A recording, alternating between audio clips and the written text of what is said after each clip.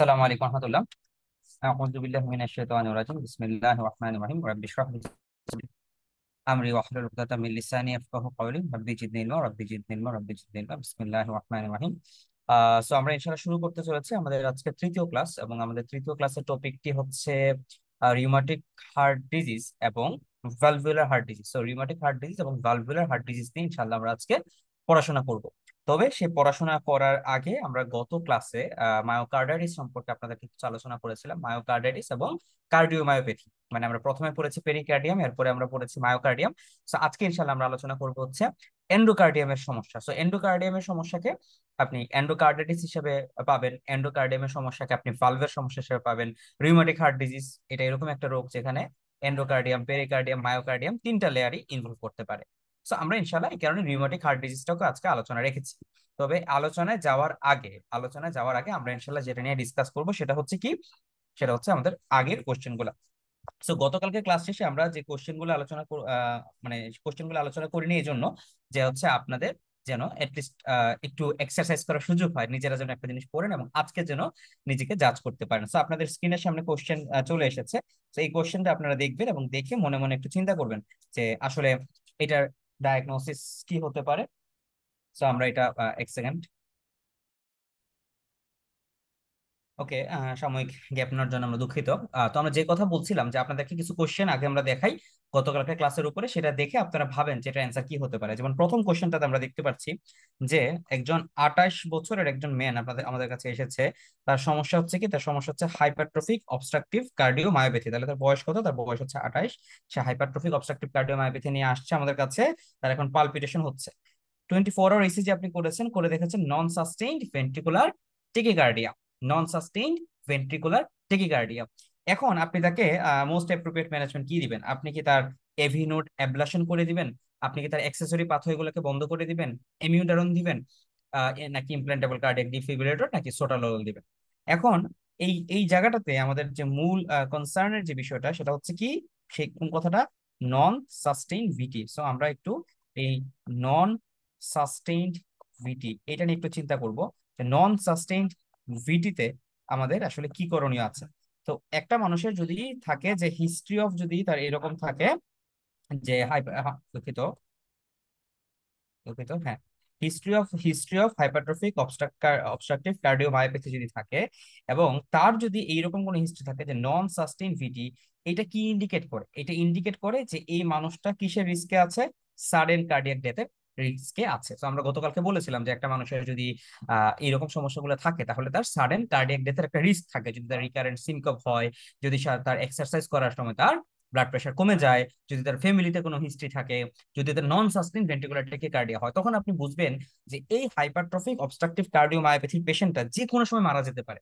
তো যে কোনো সময় যদি মারা যেতে পারে, কেন মারা যায়? কারণ হাইপারট্রফিক অবস্ট্রাকটিভ কার্ডিওমায়োপ্যাথির পেশেন্ট মারা যাওয়ার মূল কারণটা হচ্ছে এরিথমিয়া।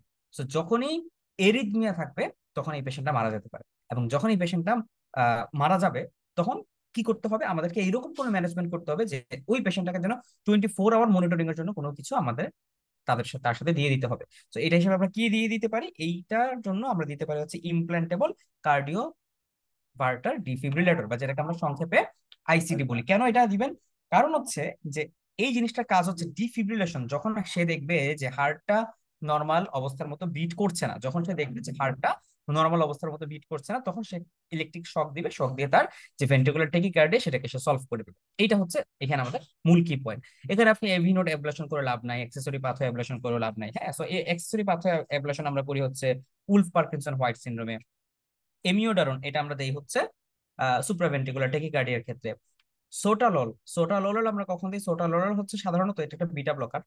এবং এক সেকেন্ড। তো সোটালোল হচ্ছে একটা বিটা ব্লকার। বিটা ব্লকারের কাজ এজ ইউজুয়াল আমরা জানি যে হার্ট রেটটাকে কমিয়ে দেওয়া। সুতরাং এরকম কোনো কন্ডিশন যদি থাকে যেখানে হার্ট রেট কমানোর দরকার, সেখানে আমরা এই সোটালোল দিব। তবে এই সোটালোলের একটা খুবই খারাপ দিক আছে। সোটালোল কি করতে পারে? সোটালোলের সবচেয়ে খারাপ দিক হচ্ছে এটা লং কিউটি করতে পারে। সো যদি কোনো পেশেন্টের লং কিউটির রিস্ক থাকে তখন তাকে কখনোই সোটালোল দেওয়া যাবে না। ওকে, সো এখান থেকে আমরা এই জিনিসটা শিখতে পারলাম। তাহলে এই কোশ্চেনে আমাদের সঠিক অ্যান্সার কোনটা? এই কোশ্চেনে আমাদের সঠিক অ্যান্সার হচ্ছে ইমপ্ল্যান্টেবল কার্ডিয়াক ডিফিব্রিলেটর। ওকে, নেক্সট কোশ্চেনে আসি, যে একটা 34 বছরের একটা মানুষ আমাদের কাছে এসেছে। তার তার জিপি তাকে রেফার করেছে যে তার শ্বাসকষ্ট বেড়ে যাচ্ছে এবং এক্সারসাইজ রিলেটেড সিনকোপ। তো যখন একটা মানুষের এরকম সমস্যা হবে যে শ্বাসকষ্ট বেড়ে যাচ্ছে মানে ডিজনিয়া হচ্ছে, এক্সারসাইজ রিলেটেড সিনকোপ, আপনার মাথার মধ্যে দুইটা ডিডি চলে আসবে, একটা হচ্ছে এওরটিক স্টেনোসিস এবং দুই নাম্বার হচ্ছে এই এইচওসিএম। আচ্ছা, এখন তার বাবা, his father died suddenly when at the age of 42 years old. So family একটা হিস্ট্রি তার আছে সাডেন কার্ডিয়াক ডেথের। সো আমরা বলেছি যে এই family history of sudden cardiac death এইটা যদি আপনি পান তখন সেটা চলে যাবে হচ্ছে এইচওসিএম এর দিকে, ঠিক আছে? সো এইচওসিএম এর দিকে কেন গেল? কারণ তার একটা family history of sudden cardiac death ছিল।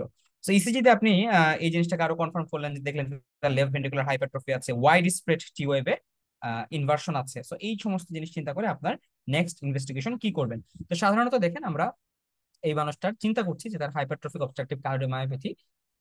সো হাইপারট্রফিক অবস্ট্রাকটিভ কার্ডিওমায়োপ্যাথিতে আইডেন্টিফাই করার জন্য আমাদের কি করা উচিত? আমাদের অবশ্যই এখানে ইকোকার্ডিওগ্রাফি করা উচিত। ইকোকার্ডিওগ্রাফি যদি আমরা ট্রান্সথোরাসিক ইকোকার্ডিওগ্রাফি করি, আমরা এটা বুঝতে পারবো। কি কি বুঝতে পারবো? সাধারণত আমরা যে জিনিসগুলো খুঁজতে চাই সেটা হচ্ছে, প্রথমত আমরা এখানে মাইট্রাল রিগার্জিটেশন খুঁজতে চাই। এইচওসিএম এর অনেক পেশেন্টদের কি থাকে? মাইট্রাল রিগার্জিটেশন থাকে। এটা হচ্ছে নাম্বার ওয়ান। নাম্বার টু তে আমরা দেখতে চাই যে এসিমেট্রিক্যাল সেপ্টাল হাইপারট্রফি। এসিমেট্রিক্যাল সেপ্টাল হাইপারট্রফি এটা আমরা সেকেন্ডলি দেখতে চাই। তাহলে প্রথমত আমরা দেখতে চাই মাইট্রাল রিগার্জিটেশন এবং হচ্ছে এসিমেট্রিক্যাল সেপ্টাল হাইপারট্রফি। সাধারণত এই দুইটা জিনিস দেখে আমরা ডায়াগনোসিস করি। আরেকটা আছে সিস্টোলিক অ্যান্টিরিয়র মোশন, এটাও আপনাদের দরকার নাই, জাস্ট মাইট্রাল রিগার্জিটেশন এবং এসিমেট্রিক্যাল সেপ্টাল হাইপারট্রফি, এই দুইটা কথা খুব ভালো করে খেয়াল রাখবো আমরা। আচ্ছা, এখন আসছি পরের কোশ্চেন, যে একজন 27 বছরের একটা মেইল পেশেন্ট ইমার্জেন্সিতে এসেছে। তার এক্সারশনাল ডিসনিয়া, আগে এরকম কোনো হিস্ট্রি নাই। তার একটা মিড সিস্টোলিক মারমার আছে এবং যেটা লেফট লোয়ার স্টার্নাল বর্ডারে ভালোভাবে শোনা যাচ্ছে। এবং আপনি যখন এই মানুষটার দেখলেন যে ভালসালভা ম্যানুভার করার পরে এই মারমারটা আরো খারাপ হচ্ছে, ভালসালভা ম্যানুভার করার পরে লাউডার হচ্ছে, তার মানে ভালসালভা ম্যানুভারে বেশি পরিমাণ ব্লাড আমাদের হার্টে চলে আসে। তো বেশি পরিমাণ ব্লাডে এই মারমারটা খারাপ হয়, বেশি পরিমাণ ব্লাডে এই মারমারটা খারাপ হচ্ছে। ইকোকার্ডিওগ্রাফি করেছে, করার পরে যে systolic anterior motion of the anterior mitral valve leaflet, যে কথাটা আমি মাত্র বলেছি তাই না, এই যে mitral regurgitation, asymmetrical septal hypertrophy এবং সিস্টোলিক অ্যান্টিরিয়র মোশন, এই তিনটা জিনিস হচ্ছে এইচওসিএম এর ইকোকার্ডিওগ্রাফির ফাইন্ডিং। হ্যাঁ, এবং এই যে এসিমেট্রিক্যাল হাইপারট্রফি এই কথাগুলা লেখা আছে। তাহলে আপনি এই পেশেন্টটাকে কোন জিনিসটা অ্যাভয়েড করবেন, কোন জিনিসটা অ্যাভয়েড করবেন? তাহলে আমরা বলেছিলাম যে এইচওসিএম পেশেন্টদের হাতে কি তুলে দিবেন না? আইন তুলে দিবেন না। আইন তুলে দিবেন না মানে কি? আইতে হচ্ছিল আয়োনোট্রপিক, মানে ডিগক্সিন দিবেন না, এসি এআরবি দিবেন না, ঠিক আছে? এআরবি অথবা এসি দিবেন না। এবং আইতে কি দিবেন না তাকে? নাইট্রেট দিবেন না, ঠিক আছে? সো এই জিনিসগুলো আমরা একটু খেয়াল রাখবো যে এই পেশেন্টদেরকে এই এই অংশগুলো আমরা দিতে পারবো না। তো এখানে কি কি অপশন আছে? এখানে আমাদের অপশন আছে ডিসোপাইরামাইড, রেমিপ্রিল, ভেরাপামিল, এটেনলল, এমিওডারন। সুতরাং আপনারা বুঝতেই পারছেন এটার অ্যান্সারটা হবে রেমিপ্রিল। সুতরাং একটা এইচওসিএম এর পেশেন্টদেরকে আমরা কখনোই রেমিপ্রিল দিতে পারবো না। ওকে, সো মোটামুটি আমাদের গত ক্লাসের ইম্পর্টেন্ট ডায়াগনোসিস গুলো আমরা আলহামদুলিল্লাহ আলোচনা করতে পেরেছি। তো এবার চলে আসি আমরা আজকের ক্লাস। আজকের ক্লাসের মূল টপিক হচ্ছে রিউমাটিক হার্ট ডিজিজ এবং রিউমাটিক হার্ট ডিজিজের সাথে ভালভুলার সমস্ত ডিজিজ। এবং আপনি যদি খুব ভালো করে আজকের ক্লাসটা করেন, ইনশাল্লাহ এখান থেকে একটা কোশ্চেন অবশ্যই পাবেন এবং একটা কি দুইটা কোশ্চেনও পেয়ে যেতে পারেন। সো খুবই গুরুত্বপূর্ণ একটা আলোচনা। সো রিউমাটিক হার্ট ডিজিজের আগে আমরা জানবো যে রিউমাটিক হার্ট ডিজিজটা কেন হচ্ছে। রিউমাটিক হার্ট ডিজিজের মূল কারণ হচ্ছে একিউট রিউমাটিক ফিভার। হ্যাঁ, সো রিউমাটিক হার্ট ডিজিজের মূল কারণ কি? মূল কারণ হচ্ছে due to acute rheumatic fever. Question হচ্ছে একিউট রিউমাটিক ফিভার কেন হয়? Due to infection of due to infection with কোনটা? Streptococcus pyogenes. আমরা জানি যে স্ট্রেপ্টোকক্কাস পায়োজিনেস এইটা দিয়ে ইনফেকশন হলে একটা মানুষের একিউট রিউমাটিক ফিভার হতে পারে। এখন কোশ্চেন হচ্ছে যে স্ট্রেপ্টোকক্কাস পায়োজেনিস সম্পর্কে আপনাদের মনে আছে কিনা? যেহেতু আমাদের ব্যাচ হচ্ছে বার্ডস আই ভিউ ব্যাচ, তো আমরা সমস্ত পড়াকে একসাথে ব্লেন্ডার করে আপনাদেরকে খাওয়াই দিব। তো স্ট্রেপ্টোকক্কাস পায়োজেনিস ছিল হচ্ছে group A beta haemolytic, group A beta haemolytic streptococcus. এখন আপনাদের কাছে মনে আছে কিনা যে এই বিটা হিমোলাইটিক কথাটা মানে কি বোঝায় আর গ্রুপ এ মানে কি বোঝায়? বিটা হিমোলাইটিক মানে আপনি যখন একটা কালচারের মধ্যে এই স্ট্রেপ্টোকক্কাসটা যেখানে গ্রো করবে, স্ট্রেপ্টোকক্কাস যেখানে গ্রো করবে, এই কালচারটা যদি টোটালটা লাল কালার হয়, এই দেখবেন যে এই রিজনটাতে স্ট্রেপ্টোকক্কাস যেখানে গ্রো করছে সেখানে কমপ্লিট হেমোলাইসিস হবে। টোটাল আপনি দেখবেন যে ব্লাড এগার মিডিয়াটা লাল হয়ে আছে, এক্সেপ্ট যেই জায়গাটাতে এই স্ট্রেপ্টোকক্কাস গ্রো করেছে, ঠিক আছে। সো এইটাই হচ্ছে মূল কথা, এটার উপর ভিত্তি করে আমরা এদেরকে বলি হচ্ছে বিটা হিমোলাইটিক। সো বিটা মানে হচ্ছে কমপ্লিটলি সে হিমোলাইসিস করে। এছাড়া আরো দুইটা আছে, একটা হচ্ছে আলফা হিমোলাইটিক যেটাতে পার্শিয়াল হিমোলাইসিস হয়, এবং একটা হচ্ছে গামা হিমোলাইটিক যেটাতে কোনো হেমোলাইসিস হয় না। সো বিটা হিমোলাইটিক মানে হচ্ছে সে কি করে, সে হচ্ছে কমপ্লিট হিমোলাইসিস করে। বিটা হিমোলাইটিক মানে হচ্ছে সে কমপ্লিট হিমোলাইসিস করে, নাম্বার ওয়ান। এই কমপ্লিট হিমোলাইসিস করে তাদেরকে বিটা হিমোলাইটিক আমরা অর্গানিজম বলি। সেই বিটা হিমোলাইটিক অর্গানিজমের মধ্যে একটা আছে গ্রুপ এ, আর একটা হচ্ছে গ্রুপ বি। সো এই গ্রুপ এ তে আমাদের হচ্ছে স্ট্রেপ্টোকক্কাস পায়োজেনেস, আর হচ্ছে গ্রুপ বি তে কে আছে, গ্রুপ বি তে আছে হচ্ছে স্ট্রেপ্টোকক্কাস এগালিক্স। তো এই এগালিক্সির নামটা আপনারা মনে রাখতে পারেন। এই স্ট্রেপ্টোকক্কাস এগালিক্সি, এই জিনিসগুলো আপনারা দেখবেন যে group B, B for babies, তার মানে streptococcus agalactiae B for babies, মানে সে বাচ্চাদের সাধারণত রোগ করে থাকে। বাচ্চাদের কি করে থাকে, নিউনেটাল মেনিনজাইটিসের একটা কজ কিন্তু হচ্ছে এই group B beta haemolytic streptococcus. So সাধারণত আসলে আমরা যখন এইভাবে পড়াশোনা করি, গ্রুপ এ গ্রুপ বি যখন মনে রাখি না, তখন আপনি পরীক্ষাতে গেলে কনফিউজিং হয়ে যাওয়ার চান্স বেশি। কারণ আপনি সবসময় পড়ছেন group A beta haemolytic streptococcus, but এই কমপ্লিট পড়াটাকে একসাথে নিয়ে আসতে হবে। ওকে, তাহলে গ্রুপ এ তে হচ্ছে কে, স্ট্রেপ্টোকক্কাস পায়োজেনেস। গ্রুপ বি তে হচ্ছে কে, স্ট্রেপ্টোকক্কাস এগালেক্সি। বি তে কি, বি ফর বেবি। সুতরাং বেবিদের মেনিনজাইটিস করার জন্য কে দায়ী থাকে, স্ট্রেপ্টোকক্কাস এগালেক্সি। কেন সেটা বেবিদের মেনিনজাইটিস করতে পারে, কারণ এই স্ট্রেপ্টোকক্কাস এগালেক্সিটা সেটা কি, সেটা হচ্ছে normal flora of female genital tract, ঠিক আছে। তাহলে ফিমেল জেনিটাল ট্র্যাক্টের নর্মাল ফ্লোরাকে স্ট্রেপ্টোকক্কাস এগালেক্সি, দ্যাটস ওয়াই সেটা নিওনেটাল মেনিনজাইটিস করতে পারে। সুতরাং আমাদেরকে কিন্তু এটা মাথায় রাখতে হবে, একদম ছোট বাচ্চাদের ক্ষেত্রে এটা হতে পারে।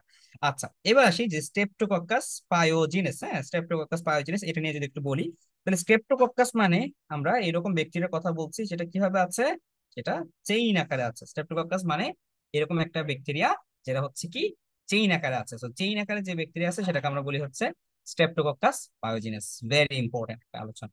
আচ্ছা, এবারে আমরা আসি যে এই স্ট্রেপ্টোকক্কাস পায়োজিনেস দিয়ে আর কি কি রোগ হয়। স্ট্রেপ্টোকক্কাস পায়োজিনেস এটা আসলে অনেক ইম্পর্টেন্ট একটা ব্যাকটেরিয়া, কারণ সেটা একাধিক রোগ করতে পারে। স্ট্রেপ্টোকক্কাস পায়োজিনেস কিছু রোগ করে টক্সিন দিয়ে, যেমন এর একটা টক্সিন আছে, নাম হচ্ছে ইরাইথ্রোজেনিক টক্সিন। এই ইরাইথ্রোজেনিক টক্সিন দিয়ে সে যেটা করে সেটা হচ্ছে স্কারলেট ফিভার। কি করে, স্কারলেট ফিভার। হ্যাঁ, সো স্কারলেট ফিভার এটা খুবই ভয়ঙ্কর একটা প্রেজেন্টেশন নিয়ে আসে। বাচ্চার দেখবেন সারা শরীরে র্যাশ হয়ে যাচ্ছে। হ্যাঁ, সো একটা মানে বেবিদের হবে, সো এটাও একটু বেবিদের হয়, এবং হচ্ছে সারা শরীরে র্যাশ থাকে, খুব হাই গ্রেড ফিভার থাকে। এই র্যাশটার একটা বর্ণনা আছে বইয়ে, দেখবেন যে লেখা থাকবে যে সেন্ট পেপার লাইক র্যাশ। এরপরে দেখবেন যে মুখের আশপাশটাতে, হ্যাঁ, এই মুখের আশপাশটাতে দেখা যায় যে তেমন কোনো মার্কিং থাকে না, মানে র্যাশ গুলো গালের দিকে থাকে বেশি, কিন্তু মুখের দিকে থাকে না, ঠিক আছে। সো এটাকে বলা হয় যে পেরি ওরাল ক্লিয়ারিং। মুখের চারপাশে ওরকম কোনো সমস্যা থাকে না, পেরি ওরাল ক্লিয়ারিং থাকে। ওকে, তাহলে এই কথাগুলো মনে রাখা যায়, স্কারলেট ফিভার এরকমটা হয়। আচ্ছা, সো আমরা শিখলাম যে স্ট্রেপ্টোকক্কাস পায়োজিনেস দিয়ে বাচ্চাদের স্কারলেট ফিভার হতে পারে।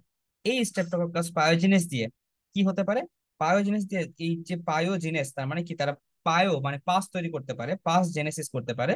সো এই পায়োজেনিক অ্যাকশনের মাধ্যমে তারা কি করে, তারা আমাদের গলার আশেপাশে জায়গাগুলোতে ইনফেকশন করে। সুতরাং আপনি যদি বলেন যে আপনার ফেরিনজাইটিস, হ্যাঁ, এই ফেরিনজাইটিস করতে পারে, সে আপনার ওটাইটিস করতে পারে, সে আপনার সাইনোসাইটিস করতে পারে, হুম, ইমপেটিগো করতে পারে। এই সমস্ত জিনিসগুলো কি দিয়ে হয়, এই সমস্ত জিনিসগুলো কিন্তু এই পায়োজেনিক টক্সিনের মাধ্যমে হচ্ছে। তাহলে একটা মাত্র ব্যাকটেরিয়া, সেই ব্যাকটেরিয়াটা কি, সেই ব্যাকটেরিয়া হচ্ছে স্ট্রেপ্টোকক্কাস পায়োজেনিস। বাট এই একটা স্ট্রেপ্টোকক্কাস পায়োজেনিস কিন্তু আপনাকে অনেক ভাবে সাফার করাচ্ছে। সুতরাং আমরা যখন আসলে ইয়াগুলা পড়বো, যখন এই টপিক গুলোতে পড়াশোনা করবো, আমরা চেষ্টা করবো যে এরকম একটু থরোলি পড়ার জন্য। আচ্ছা, এখন স্ট্রেপ্টোকক্কাস পায়োজিনেস দিয়ে আমাদের আরেকটা জায়গাতে আমরা সমস্যা সৃষ্টি হয়। এই স্ট্রেপ্টোকক্কাস পায়োজিনেস দিয়ে আপনি মনে রাখবেন যে স্ট্রেপ্টোকক্কাস পায়োজিনেস একই সাথে আমাদেরকে কয়েকটা জায়গায় সাফার করবে। আপনি স্ট্রেপ্টোকক্কাস পায়োজিনেসের নামটা আপনি এখানে পড়লেন না, আপনি দেখবেন যে কিডনি চ্যাপ্টার আপনি যখন পড়বেন, কিডনি চ্যাপ্টার, তখন আপনি এই অর্গানিজমের নাম পাবেন। কেন, কারণ এই স্ট্রেপ্টোকক্কাস পায়োজিনেস, এই দুষ্টুটা, এই বদমাশটা, সে একই সাথে আপনার কিডনির রোগ করতে পারে, সে একই সাথে আপনার কি করতে পারে, ফিভার করতে পারে, সে একই সাথে আপনার ফেরিনজাইটিস করতে পারে। এবং সেই ফেরিনজাইটিস এর পরবর্তীতে কি হয়, সেই ফেরিনজাইটিস এর পরবর্তীতে কিন্তু আমাদের এই কার্ডিয়াক প্রবলেম বা হচ্ছে রিউমাটিক হার্ট ডিজিজ গুলো হতে পারে। তাহলে আমরা এখানে কি শিখলাম? আমরা শিখলাম যে স্ট্রেপ্টোকক্কাস পায়োজিনেস, স্ট্রেপ্টোকক্কাস পায়োজিনেস তিনটা এফ করে। ফিভার, এফ তে আপনি মনে রাখতে পারেন pharyngitis, pharyngitis, F R pH আর কি শর্টকাট আমরা বলে ফেললাম।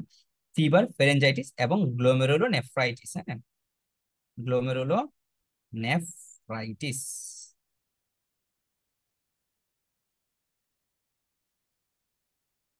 এই তিনটা জিনিসই কার কাজ? এই তিনটা জিনিস হচ্ছে স্ট্রেপ্টোকক্কাস পায়োজিনেসের গোল্ড মেডেল। হ্যাঁ, তাহলে স্ট্রেপ্টোকক্কাস পায়োজেনেস ফিভার করতে পারে, গ্লোমেরুলো নেফ্রাইটিস করতে পারে, যেটাকে আমরা বলি পোস্ট স্ট্রেপ্টোকক্কাল গ্লোমেরুলো নেফ্রাইটিস, এবং এটা আমাদের রিউমাটিক ফিভার করতে পারে।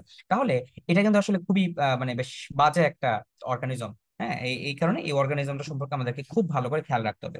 এর মধ্যে আমরা যেটা দেখলাম যে ফিভারটাকে আমরা আলটিমেটলি বলছি যেটা রিউমাটিক ফিভার আকারে রূপ নিতে পারে। সো রিউমাটিক ফিভারটা আসলে কি ধরনের মেকানিজম? রিউমাটিক ফিভারটা হচ্ছে তার একটা ইমিউনোজেনিক মেকানিজম। হ্যাঁ, সো রিউমাটিক ফিভারে আমরা কি পাচ্ছি? রিউমাটিক ফিভারে তার ইমিউনোজেনিক একটা মেকানিজমের কারণে এটা হচ্ছে। সো এই যে রিউমাটিক ফিভারে আসলে কোন ঘটনাটা ঘটে? রিউমাটিক ফিভারে যে জিনিসটা হয় যে এই ব্যাকটেরিয়ার আমাদের যে এম প্রোটিন আছে, এই ব্যাকটেরিয়ার একটা এম প্রোটিন আছে। এই এম প্রোটিন, হ্যাঁ, এম প্রোটিনের কাজ হচ্ছে তাকে একটা এম প্রোটিন, এটা তার একটা ভিরুলেন্স ফ্যাক্টর হিসেবে কাজ করে। এবং এম প্রোটিনটা হচ্ছে তার এন্টি ফেগোসাইটিক প্রপার্টি আছে, যে সে তাকে ফেগোসাইটোসিস করতে দেয় না। এন্টি ফেগোসাইটিক। হ্যাঁ, এই এম প্রোটিনের সাথে আমাদের কার্ডিয়াক মাসেলের একটা সাদৃশ্য পাওয়া যায়। এবং এই কার্ডিয়াক মাসেলের মায়োসিনের যে সাদৃশ্যটা পাওয়া যায়, এই মায়োসিনের সাদৃশ্য পাওয়ার কারণে দেখা যায় যে সে টোটাল হার্টকে আক্রমণ করে। ওকে, এম প্রোটিনের সাথে মায়োসিনের একটা কি পাওয়া যায়? স্ট্রাকচারাল সিমিলারিটি পাওয়া যায়। এবং এই যে ঘটনাটা, এই ঘটনাটাকে আমরা বলি হচ্ছে মলিকুলার মিমিক্রি। ওকে, সো এটা থেকেও অনেক সময় প্রশ্ন আসে যে মলিকুলার মিমিক্রি আপনি কোথায় পাচ্ছেন। ওকে, সো মলিকুলার মিমিক্রি এটা পাই। এবং এই যে ঘটনাটা ঘটে, এটা কোন ধরনের হাইপার সেন্সিটিভিটি, এটা থেকে কোশ্চেন আসে। এটা হচ্ছে টাইপ 2 হাইপার সেন্সিটিভিটি। ঠিক আছে, মনে রাখতে হবে এটা কোন ধরনের হাইপার সেন্সিটিভিটি। এটা হচ্ছে টাইপ 2 হাইপার সেন্সিটিভিটি। তাহলে পরীক্ষাতে আমাদের ইমিউনোলজি থেকে কোশ্চেন আসে কোন ধরনের হাইপার সেন্সিটিভিটি, আবার আমাদেরকে এইটার মেকানিজম থেকেও কোশ্চেন আসতে পারে। এবং এই টাইপ 2 হাইপার সেন্সিটিভিটি, এইটার অপর নামটা কি এটা খেয়াল রাখতে হবে। যে টাইপ 2 হাইপার সেন্সিটিভিটি এটাকে আমরা বলি হচ্ছে সেল বাউন্ড হাইপার সেন্সিটিভিটি। ঠিক আছে, তাহলে সেল বাউন্ড বা মেমব্রেন বাউন্ড হাইপার সেন্সিটিভিটি দুইটাই বলা হয়। ওকে, তাহলে সেল বাউন্ড হাইপার সেন্সিটিভিটি তার মানে কিরকম? যেমন হচ্ছে এখানে এই যে প্রোটিনটা মানে যার এগেনস্টে হাইপার সেন্সিটিভিটি হচ্ছে মায়োসিন প্রোটিন, এটা নির্দিষ্ট একটা জায়গায় আছে, সেটার এগেনস্টে অ্যান্টিবডি তৈরি হচ্ছে এবং এখানে আক্রমণ করছে। তাহলে রিউমাটিক ফিভার এটা কোন ধরনের হাইপার সেন্সিটিভিটি? টাইপ 2। কিন্তু এখানে মজার ব্যাপার হচ্ছে যে পোস্ট স্ট্রেপ্টোকক্কাল গ্লোমেরুলোনেফ্রাইটিস মানে ধরেন একটা মানুষের সোর থ্রোট হয়ে গেছে, ফিভার ছিল, সোর থ্রোট ছিল, ফেরিনজাইটিস এর হিস্ট্রি ছিল। এর কিছুদিন পরে 2-3 সপ্তাহ পরে, তার শরীরে যে অ্যান্টিবডি গুলো ডেভেলপ করেছে, সেই অ্যান্টিবডি অ্যান্টিজেন ক্রস লিঙ্ক করলো, অ্যান্টিবডি অ্যান্টিজেন বাইন্ড করলো, বাইন্ড করার পরে দেন সেই অ্যান্টিবডি অ্যান্টিজেন বাইন্ড করার পরে তারা দৌড়াতে দৌড়াতে তারা চলে গেল হচ্ছে আমাদের কিডনিতে।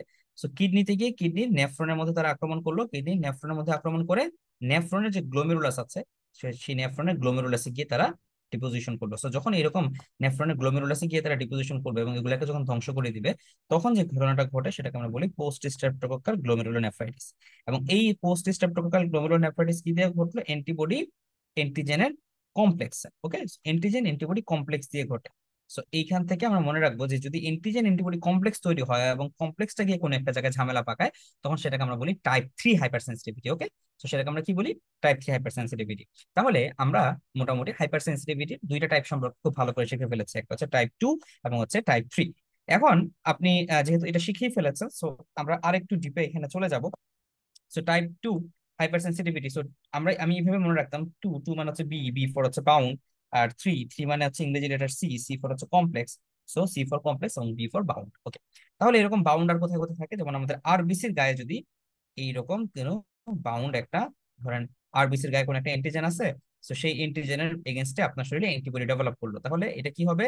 এই জিনিসটাতে আমরা পাবো হচ্ছে হিমোলাইটিক ডিজিজ। ওকে, তাহলে এবিও ইনকম্প্যাটিবিলিটি আপনি চিন্তা করতে পারেন, এবিও ইনকম্প্যাটিবিলিটি আপনি চিন্তা করতে পারেন যে haemolytic disease of newborn, haemolytic disease of newborn. অথবা এটা যদি আরবিসি না হয়ে এটা যদি আপনার প্লেটলেট হয়, ভাবুন তো। হ্যাঁ, এটা আপনার এই যে নির্দোষ প্লেটলেটটা, এই প্লেটলেটটার একটা সেগমেন্ট আমরা চিন্তা করলাম, এই প্লেটলেটের সেগমেন্ট হচ্ছে গ্লাইকোপ্রোটিন 2B অথবা গ্লাইকোপ্রোটিন 3A।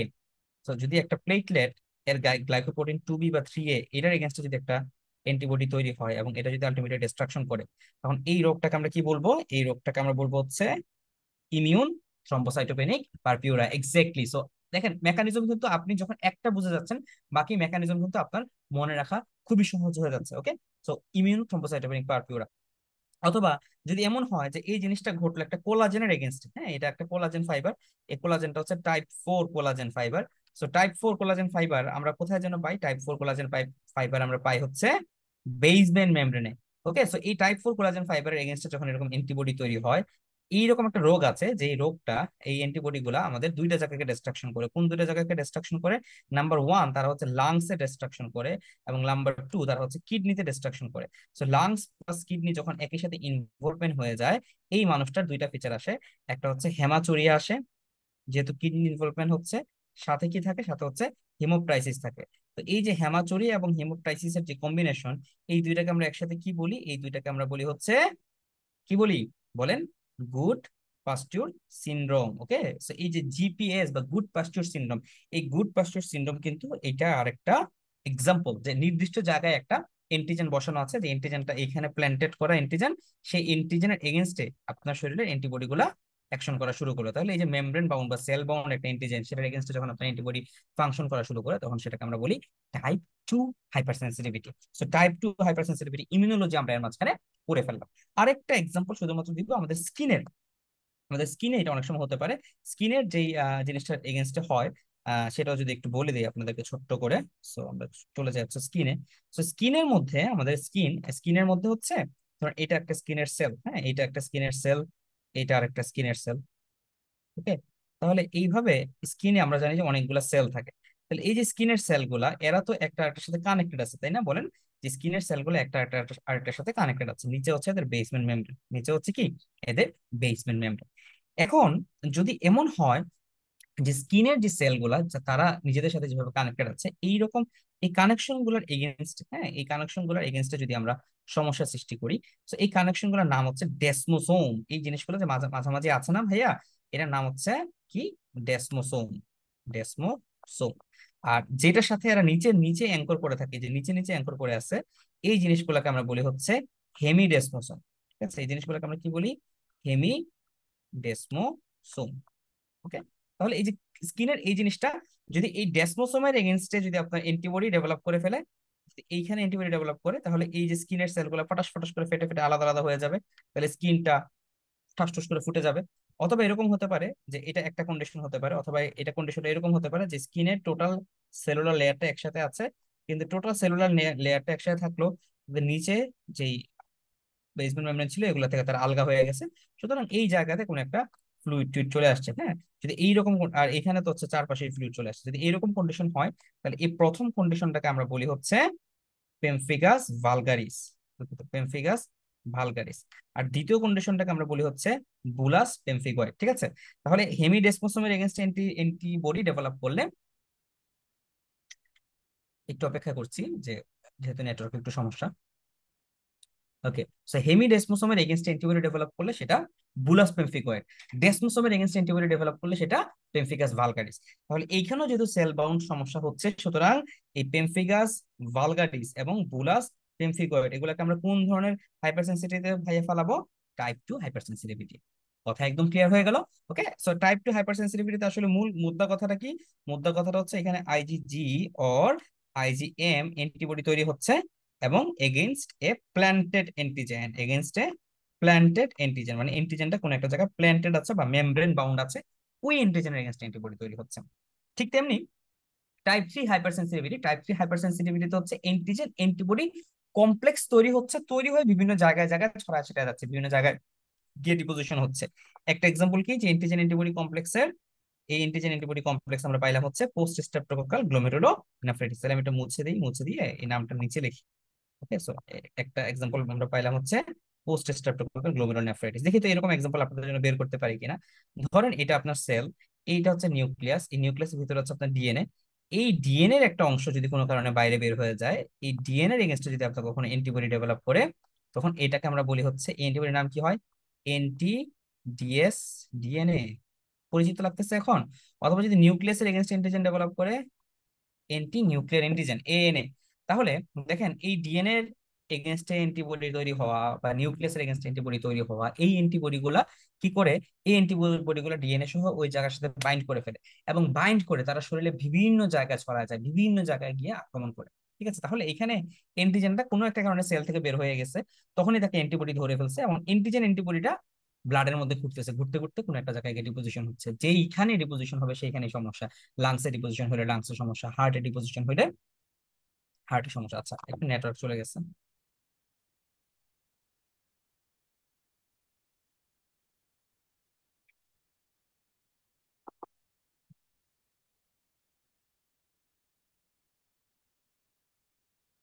হুম।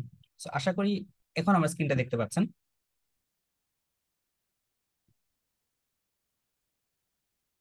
ওকে, সো যে কথা বলছিলাম, তাহলে আমরা বলছিলাম এসএল এর মেকানিজমটা। এসএল এর মেকানিজমটা ভাইয়া খুব সহজ। আপনার সেল কোন একটা কারণে ব্রেকডাউন হয়েছে, সেলের ভিতরে ডিএনএ গুলো বের হয়ে গেছে, সেই ডিএনএ এর এগেইনস্ট অ্যান্টিবডি তৈরি হয়েছে। এই অ্যান্টিজেন অ্যান্টিবডি কমপ্লেক্স তৈরি করেছে, সেই কমপ্লেক্সটা ব্লাডের মধ্যে দিয়ে ভাসতে ভাসতে ভাসতে ভাসতে শরীরে বিভিন্ন জায়গায় ডিপোজিশন হচ্ছে, সেটা হার্টে, সেটা লাংসে, সেটা স্কিনে, সেটা ব্রেইনে, যে কোনো জায়গায়, সেটা জয়েন্টে। এই কারণে এসএলই তে আপনি বিভিন্ন রকম ম্যানিফেস্টেশন পাবেন। ঠিক আছে, তাহলে এই এসএল এর একটা জাত ভাই আছে আছে না, বলেন। এসএলই, এসএল এর একটা জাত ভাইয়ের নাম কি? এসএল এর ভাইয়ের নাম কি, বলেন বলেন বলেন। Rheumatoid arthritis. রিউমাটয়েড আর্থ্রাইটিসে কি হয়, আপনার শরীরের যেই আইজিজি, এই আইজিজি এর এগেনস্টে একটা অ্যান্টিবডি তৈরি হয়, সেটা নাম হচ্ছে আইজিএম অ্যান্টিবডি। আপনার শরীরে আইজিজি এর এগেনস্টে আইজিএম অ্যান্টিবডি তৈরি হয়। এই অ্যান্টিবডিটা, এই জিনিসটাকে আমরা বলি, কমপ্লেক্সটাকে আমরা বলি রুইমাটিক ফ্যাক্টর। ওকে, সো এই রিউমাটিক ফ্যাক্টর, তাহলে এই যে অ্যান্টিজেন অ্যান্টিবডি কমপ্লেক্স, এইটাও শরীরে বিভিন্ন জায়গায় গিয়ে ডিপোজিশন হবে, হার্টে, লাঙে, কিডনিতে, সব জায়গায় গিয়ে ডিপোজিশন হবে। দ্যাটস ওয়াই আপনি এসএলই এবং রিউমাটয়েড আর্থ্রাইটিস এত ভাস্ট সিমটম পান। হ্যাঁ, যেমন আমরা পেরিকার্ডিটিস, এসএলই, রিউমাটয়েড আর্থ্রাইটিসের কথা পড়েছি, আমরা মায়োকার্ডিটিসও পড়েছি। তাহলে কেন পড়ি? কারণ এই অ্যান্টিজেন অ্যান্টিবডি কমপ্লেক্স গুলা বিভিন্ন জায়গায় গিয়ে ডিপোজিশন হতে পারে, এবং সেখানে তারা সমস্যার সৃষ্টি করে। তাহলে এটা কোন ধরনের হাইপার সেন্সিটিভিটি? এরা হচ্ছে টাইপ 3 হাইপার সেন্সিটিভিটি। তো বলছি যেহেতু, বলেই ফেলি যে এছাড়া আর দুইটা টাইপের হাইপার সেন্সিটিভিটি আছে সাধারণত আমাদের জানতে হয়। এটা একটা ছবি, ছবিটাকে আমরা একটু নিচে নামিয়ে ফেলি।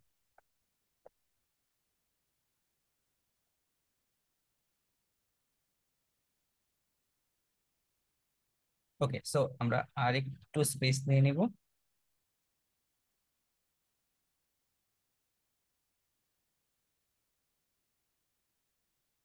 আচ্ছা, সো আমরা গেলাম টাইপ 3 হাইপার সেন্সিটিভিটি। তাহলে আমি যদি বলি যে ভাই আর কি হাইপার সেন্সিটিভিটি আছে, আপনি বলবেন যে ভাই দুইয়ের আগে তো ডেফিনেটলি একটা এক থাকবে, তাহলে টাইপ 1 হাইপার সেন্সিটিভিটি। তাহলে টাইপ 1 যে জিনিসটা হয়, ওয়ান মানে কি? ওয়ান মানে হচ্ছে এ, তাই না? তো প্রথম অক্ষরটা হচ্ছে এ, এ মানে হচ্ছে allergy. So type 1 hyper sensitivity হচ্ছে অ্যালার্জিক কেন্দ্রিক। অ্যালার্জিক কেন্দ্রিক মানে কি, যে এখানে মাস্ট সেল, এটা সুন্দর করে মাস্ট সেল, মাস্ট সেলের মধ্যে অনেক জিনিস আছে, বোম টোম দিয়ে এসে ভর্তি। তো মাস্ট সেলকে যদি আপনি যখন একটু খেপান, খেপাইলেই, তাকে একটু ট্রিগার করলেই মাস্ট সেল কি করবে, ডিগ্রানুলেশন করে এই জিনিসগুলোকে বাইরে বের করে দিবে। তো এই ডিগ্রানুলেশনের জন্য এইখানে সে একটা রিসেপ্টর ইউজ করে, সেটার নাম হচ্ছে আইজিই। যদি একটা এন্টিজেন বসে, একবার বসলে কিছু হবে না, বাট যখন আরেকবার বসবে, দুইটা ক্রস লিঙ্ক করবে, ক্রস লিঙ্ক করলে তাকে ট্রিগার করবে, ট্রিগার করলে সে তার ভিতরে থাকা সব জিনিসপত্র বের করে দিবে। এই ঘটনাটা অ্যালার্জিতে ঘটে, এবং এইটাকে আমরা, এই অ্যালার্জিক এই যে রিয়াকশনটা ঘটে, সেটাই আমরা বলি যে type 1 hypersensitivity. So type 1 hypersensitivity অ্যালার্জির জন্য হয়, অ্যানাফাইলেকটিক রিয়াকশন করে, অ্যানাফাইলেকটিক ফাইলেকটিক রিয়াকশন করে, এবং এইখানে আমরা টাইপ 1 হাইপার সেন্সিটিভিটিটা পাই। So allergy, atopy, anaphylactic reaction, এগুলো হচ্ছে type 1 hypersensitivity example. Okay, এরপর আসি আমরা টাইপ 4 হাইপার সেন্সিটিভিটি। টাইপ 4 মানে হচ্ছে ইংরেজি লেটার ডি। সো এটা হচ্ছে একটা delayed type of hyper sensitivity. So এটা কেন ডিলেড টাইপ? কারণ এখানে আসলে অ্যান্টিবডি তেমন অংশ নেয় না, এখানে অংশ নেয় হচ্ছে টি সেল। এখানে কে অংশ নেয়? টি সেল অংশ নেয়। সো টি সেল যে কাজটা করে, টি4 টিবি। তো আপনি মনে রাখবেন যে টি সেল যেহেতু এখানে অংশ নিচ্ছে, সো টিবিতে, হ্যাঁ, টিউবার কুলিন যে টেস্টটা আমরা করি, এই টিউবার কুলিন টেস্টটা হচ্ছে একটা ডিলেড টাইপ অফ হাইপার সেন্সিটিভিটির এক্সাম্পল। কি হয়, টিউবার কুলিন টেস্টে আপনি কিছুটা মন্টোক্স, মানে মন্টো টিউবারকুলিন টেস্টে আমরা কি করি, কিছু পিউরিফাইড প্রোটিন ডেরিভেটিভ এখানে দিয়ে দিই, যেটা কিছুটা টিবির মতো কাজ করার চেষ্টা করবে। সো যখন ওই স্কিনে দেওয়া হবে, আমাদের যে টি সেল গুলো আছে, টি সেল গুলা, টি হেল্পার সেল গুলো মনে পড়ে যাবে এটাকে দেখে, ও ও একসময় এক শত্রু ছিল। তখন সে অনেক অনেক কি করবে, ইন্টারফেরন গামা রিলিজ করবে। হ্যাঁ, গামা ইন্টারফেরন রিলিজ করবে, এবং এই গামা ইন্টারফেরন হচ্ছে ঘুমিয়ে থাকা দৈত্যকে জাগিয়ে তুলবে। এই ঘুমিয়ে থাকা দৈত্যের নাম হচ্ছে মিস্টার ম্যাক্রোফেজ। হ্যাঁ, তো এই যে মিস্টার ম্যাক্রোফেজ, এই ঘুমিয়ে থাকা দৈত্য, সে খুবই পাওয়ারফুল। তো তাকে সে অ্যাক্টিভেট করে দিবে এবং সেখানে কিছু স্কিন রিয়াকশন পাওয়া যাবে। তাহলে এই যে আলটিমেটলি টি সেল মিডিয়েটেড একটা ঘটনা আপনি পাচ্ছেন, এটাকে বলা হয় সেল মিডিয়েটেড ইমিউনিটি। একদিনে পাওয়া যায় না, মোটামুটি 7-8 দিন রিয়াকশন দরকার হয়। সো আপনি যদি দীর্ঘদিন ধরে কোনো সমস্যার কথা চিন্তা করেন, সেক্ষেত্রে আপনি টাইপ 4 হাইপার সেন্সিটিভিটি পাবেন। যেমন এখানে আরো কিছু এক্সাম্পল যদি দিই, যেমন জিবিএস, এটা একটা খুবই গুরুত্বপূর্ণ এক্সাম্পল, আপনি মনে রাখতে পারেন। আপনি এখানে মনে রাখতে পারেন হচ্ছে যে কন্টাক্ট ডার্মাটাইটিস। হ্যাঁ, কন্টাক্ট ডার্মাটাইটিস এটা হচ্ছে টাইপ 4 হাইপার সেন্সিটিভিটি। ওকে, সো আমরা শুরু করেছিলাম রিউমাটিক ফিভারে, আমরা চলে গেলাম ইমিউনোলজিতে। আমরা ইমিউনোলজি আপনাদেরকে মেকানিজম সহ বুঝিয়ে শেষ করে দিলাম, আলহামদুলিল্লাহ। আচ্ছা, সো এখন আমরা রিউমাটিক ফিভারের কথাতে যাই। তাহলে রিউমাটিক ফিভারে বলছিলাম স্ট্রেপ্টোকক্কাস পায়োজেনেসের কথা। স্ট্রেপ্টোকক্কাস পায়োজেনেস দিয়ে সেই ফেরিনজাইটিস হচ্ছে, ফিভার হচ্ছে। আচ্ছা, আমার স্কিন মানে আবার চলে গেছে। আচ্ছা, স্ট্রেপ্টোকক্কাস ফেরিনজাইটিস দিয়ে স্ট্রেপ্টোককাস ফেরিনজাইটিস দিয়ে হচ্ছে কি কি হচ্ছে, আচ্ছা আমি একটু রিপোর্ট দিই আর মাঝখানে কথা বলতে থাকি। হ্যাঁ, স্ট্রেপ্টোককাস ফেরিনজাইটিস দিয়ে ফিভার হচ্ছে, ফেরিনজাইটিস হচ্ছে, এবং হচ্ছে গ্লোমেরুলোনেফ্রাইটিস হচ্ছে। এখন আমাদের চিন্তার কথা হচ্ছে যে ভাই রিউমাটিক ফিভার তো হইলো, তো রিউমাটিক ফিভার কোন বয়সের বাচ্চা, কোন বয়সের মানুষের হয়? So, বাচ্চা কথাটা মুখ ফসকে বলে ফেলছি। সো রিউমাটিক ফিভারটা আসলে কাদের হয়? বাচ্চাদের হয়। বাচ্চা বলতে আপনি একদম ছোট বাবু চিন্তা করতে পারেন, ধরেন 5 বছর, 5 বছর থেকে 13 বছর, মোটামুটি এই ছোট এজে বাচ্চাদের হয়।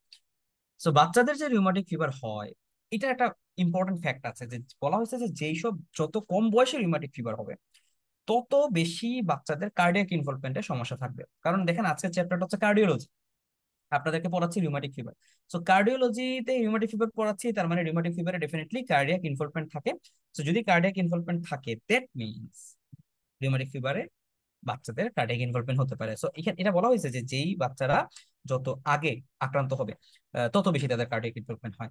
মনে করেন যে 3 বছরের একটা বাচ্চা যদি আক্রান্ত হয়, তার 90% চান্স থাকে যে তার কার্ডিয়াক ইনভলভমেন্ট হবে। আর যদি একটু বেশি বয়স হয়, তাহলে সাধারণত দেখা যায় যে ইনভলভমেন্ট একটু কম হয়। আচ্ছা, এটা এটা হচ্ছে একটা গুরুত্বপূর্ণ কথা। সো রিউমাটিক ফিভার সম্পর্কে আসলে আমাদেরকে কয়েকটা একদম খুবই গুরুত্বপূর্ণ কথা না জানলে না, এরকম কিছু বলতে হবে। যেমন প্রথম কথা যেটা আপনি চিন্তা করতে পারেন যে রিউমেটিক ফিভার আমরা কোন ধরনের হাইপার সেন্সিটিভিটি, এটা না পারলে তো ধরেন পরীক্ষা ফেল হয়ে যাবে। আচ্ছা, 2 নম্বর কথা, যে এই যে রিউমেটিক ফিভারের একটা প্যাথোগনমিক আছে। রিউমেটিক ফিভারের একটা প্যাথোগনমিক সাইন আছে, সেটাকে বলা হয় অ্যাশ অফ নোডিউল। এই যে আমরা বললাম কার্ডাইটিস হয় না, তো কার্ডাইটিস যে হচ্ছে, এটা আপনি হার্টের মধ্যে একটা ফাইন্ডিং পাবেন। এই হার্টের মধ্যে যে ফাইন্ডিংটা পাওয়া যায়, সেটাকে বলা হয় অ্যাশ অফ নোডিউল। সো এই অ্যাশ অফ নোডিউল যদি কখনো পাওয়া যায়, সেটা হচ্ছে রিউমেটিক ফিভারের প্যাথোগনমিক। সেকেন্ড, একটু অপেক্ষা করি। তাহলে আমরা আবার পড়াশোনায় ফিরে আসি। ওকে, সো আমরা বলছিলাম যে রিউমেটিক ফিভার দিয়ে মানুষের হার্ট ডিজিজ হতে পারে। রিউমেটিক ফিভারের প্যাথোগনমিক, এটা একটা কোশ্চেন পরীক্ষার জন্য, যে প্যাথোগনমিক কোনটা। সো প্যাথোগনমিক, এটা বায়োপসি করলে পাওয়া যায়, সেটা হচ্ছে একটা ash of nodule. Ash of, বানানটা নিয়ে আপনারা দেখে নিন। So, আমি শর্টকাটলি বানান লিখলাম। সো এসব নোডিউল, এসব নোডিউল প্যাথোগনমিক, এটা কি একিউট কেসে পাওয়া যায়? না, এটা অ্যান্সার হচ্ছে এটা ক্রনিক কেসে পাওয়া যায়। এখানে কি পাওয়া যাবে? এইখানে আপনি হার্টের মধ্যে আপনি যদি খেয়াল করেন যে কিছু মাল্টি নিউক্লিয়েটেড জায়ান্ট সেল পাওয়া যায়, কিছু মাল্টি নিউক্লিয়েটেড জায়ান্ট সেল, বড় বড় সেল। এখানে ম্যাক্রোফেজ গুলো চেঞ্জ হয়ে হয়ে এরকম বড় বড় সেল হয়েছে, এবং এখানে ক্যাটারপিলার টাইপের একটা নিউক্লিয়াস পাওয়া যায়। এটাকে অনেকে ইম্পর্টেন্স দেয় যে ক্যাটারপিলার নিউক্লিয়াস। এগুলো হচ্ছে আপনাদের রেসিডেন্সি পরীক্ষায় আসবে। ক্যাটারপিলার নিউক্লিয়াস এটা কোথায় আসবে? এটা হচ্ছে এমডি তে, এমডি রেসিডেন্সিতে এরকম কোশ্চেন গুলো করা হয়। আচ্ছা, এই এসব নোডিউলস যদি আপনি পান, তাহলে আপনি মোটামুটি কনফার্ম যে তার কি হয়েছে, তার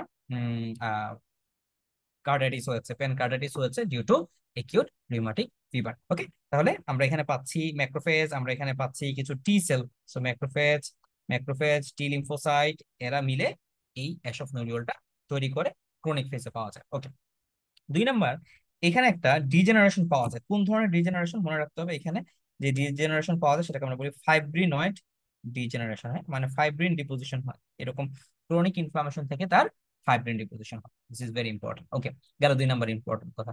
3 নাম্বার কথা হচ্ছে যে এই মানুষটার একিউট রিউমাটিক ফিভারটা আপনার কাছে আসলে কিভাবে সে আসবে?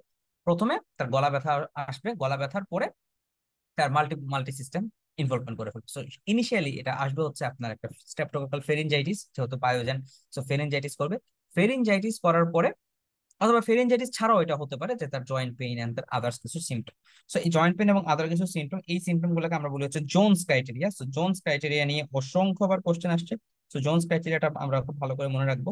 সো জোনস ক্রাইটেরিয়াটা যেটা আপনি এইভাবে লেখার চেষ্টা করবেন, সো যে যে যদি এইভাবে লেখেন, সো এইভাবে যদি আপনি চিন্তা করেন, তার মানে আলটিমেটলি কি বোঝাচ্ছে?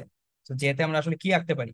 So, যে দিয়ে আমরা যেটা আঁকতে পারি সেটা হচ্ছে, যেতে আসলে বোঝায় হচ্ছে জয়েন্ট, এক্স্যাক্টলি। সো যেতে আসলে আমরা যেটা বুঝতে পারি এটা হচ্ছে জোনস ক্রাইটেরিয়া। যে যে বলতে আমরা বুঝতেছি জয়েন্টের সমস্যা থাকে, তার মানে এখানে থাকবে হচ্ছে আর্থ্রাইটিস। ওকে, তাহলে আর্থ্রাইটিস এর একটা খুবই কমন আর্থ্রাইটিস থাকবে, এবং যেহেতু যে নামটা সবার আগে আসছে, জয়েন্ট পেন সবার আগে আসছে, তাহলে মোস্ট কমনলি রিউমাটয়েড আর্থ্রাইটিস এর মোস্ট কমন বা কমনেস্ট ফাইন্ডিং কোনটা? সো মোস্ট কমন ফাইন্ডিং হচ্ছে এই আর্থাইটিস। ওকে, তাহলে এটা একটু খেয়াল রাখবেন। আর্থাইটিসটা একিউট আর্থাইটিস হবে, এটা কি সিমেট্রিক্যাল নাকি এসিমেট্রিক্যাল? আপনি মনে রাখবেন এই আর্থাইটিসটা হচ্ছে এসিমেট্রিক্যাল। ওকে, কেন এসিমেট্রিক্যাল এটা মনে রাখা গুরুত্বপূর্ণ, কারণ হচ্ছে রিউমাটয়েড আর্থাইটিসে যেই পেইন গুলো হয় সেটা কিন্তু সিমেট্রিক্যাল। ওকে, পরীক্ষাতে রিউমাটয়েড আর্থাইটিস আর রিউমাটিক ফিভারের মধ্যে মানুষজন গোলমাল পাকায় ফেলে। ওকে, এটাই আমাদের বার্ডস আই ভিউ এর উদ্দেশ্য, যেন আপনারা টোটাল পিকচারটা পান। তাহলে রিউমাটয়েড আর্থাইটিসে সিমেট্রিক্যাল স্মল জয়েন্ট পেইনফুল হবে, সিমেট্রিক্যাল এবং হচ্ছে small joint, symmetrical small. Okay, rheumatoid আর্থ্রাইটিসে সিমেট্রিক্যাল স্মল জয়েন্টে ইনভলভমেন্ট হয়, আর এইখানে সাধারণত এসিমেট্রিক্যাল এবং কি লার্জ জয়েন্ট ইনভলভমেন্ট হয়। তাহলে রিউমাটিক ফিভারের এইটাই একটা খুবই ইম্পর্টেন্ট ব্যাপার, যে মোস্ট কমনলি যে ফিচারটা সেটা হচ্ছে আর্থ্রাইটিস। এবং আর্থ্রাইটিসটা আমরা কিভাবে মনে রাখলাম, যে জোনস ক্রাইটেরিয়ার যে দিয়ে আমরা মনে রাখার চেষ্টা করলাম, যে ফর জোনস, যে ফর জয়েন্টস, জয়েন্টসে আর্থ্রাইটিস হবে মোস্ট কমন ফিচার, এবং এখানে এসিমেট্রিক্যাল আর্থ্রাইটিস আমরা পাচ্ছি। ওকে, নাম্বার ওয়ান। নাম্বার টু তে আমরা মনে রাখবো হচ্ছে, দুঃখিত, জোনসের ও। সো ও দিয়া ওটাকে আপনি এভাবে করে হার্টের মতো বানায় ফেলবেন। So this is ultimately hour heart. So heart means কি? হার্ট মিন্স হচ্ছে এখানে পেনকার্ডাইটিস পাওয়া যাবে। সো আমি একটু শেডিং করতে করতে আপনাদের বলে ফেলি গল্পটা। সো মূলত যেটা হয় যে আমরা যেহেতু দেখেছি যে এখানে আমাদের কার্ডিয়াক মায়োসিনের এগেনস্টে অ্যান্টিবডিটা তৈরি হয় ওই এম প্রোটিনের সাথে সামঞ্জস্য রেখে। সো আসলে তারা আমাদের হার্টের যে কোনো অংশকে আক্রমণ করতে পারে। পেনকার্ডাইটিস পাওয়া যায়, পেনকার্ডাইটিস সবসময় ইনিশিয়ালি পাওয়া যাবে সেরকম না, তবে এই কার্ডাইটিসটা খুবই গুরুত্বপূর্ণ বৈশিষ্ট্য, কারণ কার্ডাইটিসের উপর ভিত্তি করে আমাদের চিকিৎসাতে অনেক রকম চেঞ্জ আসে। ঠিক আছে, কারণ এইখানেই রিউমাটয়েড আর্থ্রাইটিসে আমরা সবসময় যে ভয়টা পাই, যে এই মানুষগুলার মোস্ট কমনলি যেটা হয় মাইট্রাল স্টেনোসিস হয়। হ্যাঁ, মাইট্রাল ভালভে আক্রমণ হয়। মাইট্রাল ভালভে আক্রমণ হওয়ার পরে এওরটিক ভালভে আক্রমণ হয়, এওরটিক স্টেনোসিস, এওরটিক রিগার্জিটেশন দুইটাই হতে পারে। এরপর হচ্ছে ট্রাইকাসপিড ভালভে আক্রমণ হয়, ট্রাইকাসপিড স্টেনোসিস, ট্রাইকাসপিড রিগার্জিটেশন এগুলা হতে পারে। ঠিক আছে, সো এমএস এমআর এরকম আপনি কারণগুলো পাবেন। তাহলে এটা হচ্ছে কার্ডিয়াটিসের সবচেয়ে বড় ফিচার। হ্যাঁ, এবং কার্ডিয়াটিসের এটাই আমরা ভয় পাই। এবং মারমার গুলা কিরকম পাওয়া যাবে সেটা এমএসএমআর এর মারমারের সাথে আপনি মিলায় পাবেন। এবং এছাড়া এখানে আরেকটা মারমার পাওয়া যাচ্ছে সেটাকে বলা হয় কেরিকুম মারমার। তো যে কোনো নামধারী মারমার, যে কোনো যে মারমারা দেখবেন যে নির্দিষ্ট নাম আছে, মনে রাখবেন যে সেটাই আসলে কি ধরনের মারমার হয়, সেটাই হচ্ছে একটা ডায়াস্টলিক মারমার হয়। তো এখানেও আমরা একটা ডায়াস্টলিক মারমার পাই। এছাড়া আর এখানে কিছু মনে রাখা দরকার নেই। আরেকটা জিনিস মনে রাখতে পারেন, এখানে আপনি যেহেতু কার্ডিয়াটিস, তাহলে এগুলো তো হচ্ছে মানে এন্ডোকার্ডিয়ামের সমস্যার জন্য, তাহলে মায়োকার্ডিয়ামের সমস্যার জন্য কি পাওয়া যাবে? মায়োকার্ডিয়ামের সমস্যার জন্য মায়োকার্ডিটিস পাওয়া যাবে।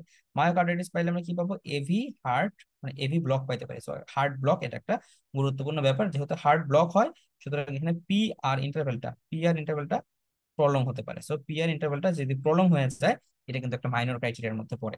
ওকে, সো হার্ট ব্লক আর এন্ডোকার্ডিয়াম, মায়োকার্ডিয়াম, পেরিকার্ডিয়াম। সো পেরিকার্ডিয়ামে পেরিকার্ডিটিস আপনি পাবেন। সো কোশ্চেন হচ্ছে যে আমরা গত ক্লাসে আলোচনা করেছিলাম যে এভি ব্লক এইটা আসলে আমরা কোন কোন জায়গায় পেতে পারি, বা এই পিআর ইন্টারভেল প্রলঙ্গেশনটা এটা কোন কোন জায়গায় পেতে পারি। আপনাদের কি মনে আছে কিনা যে গত ক্লাসে আমরা বলেছিলাম মায়োকার্ডিটিসের সাথে একটা রোগের কথা বলেছিলাম, সেটা হচ্ছে লাইম ডিজিজ। সো লাইম ডিজিজে কিন্তু এরকম পিআর প্রলঙ্গেশন পাওয়া যায়।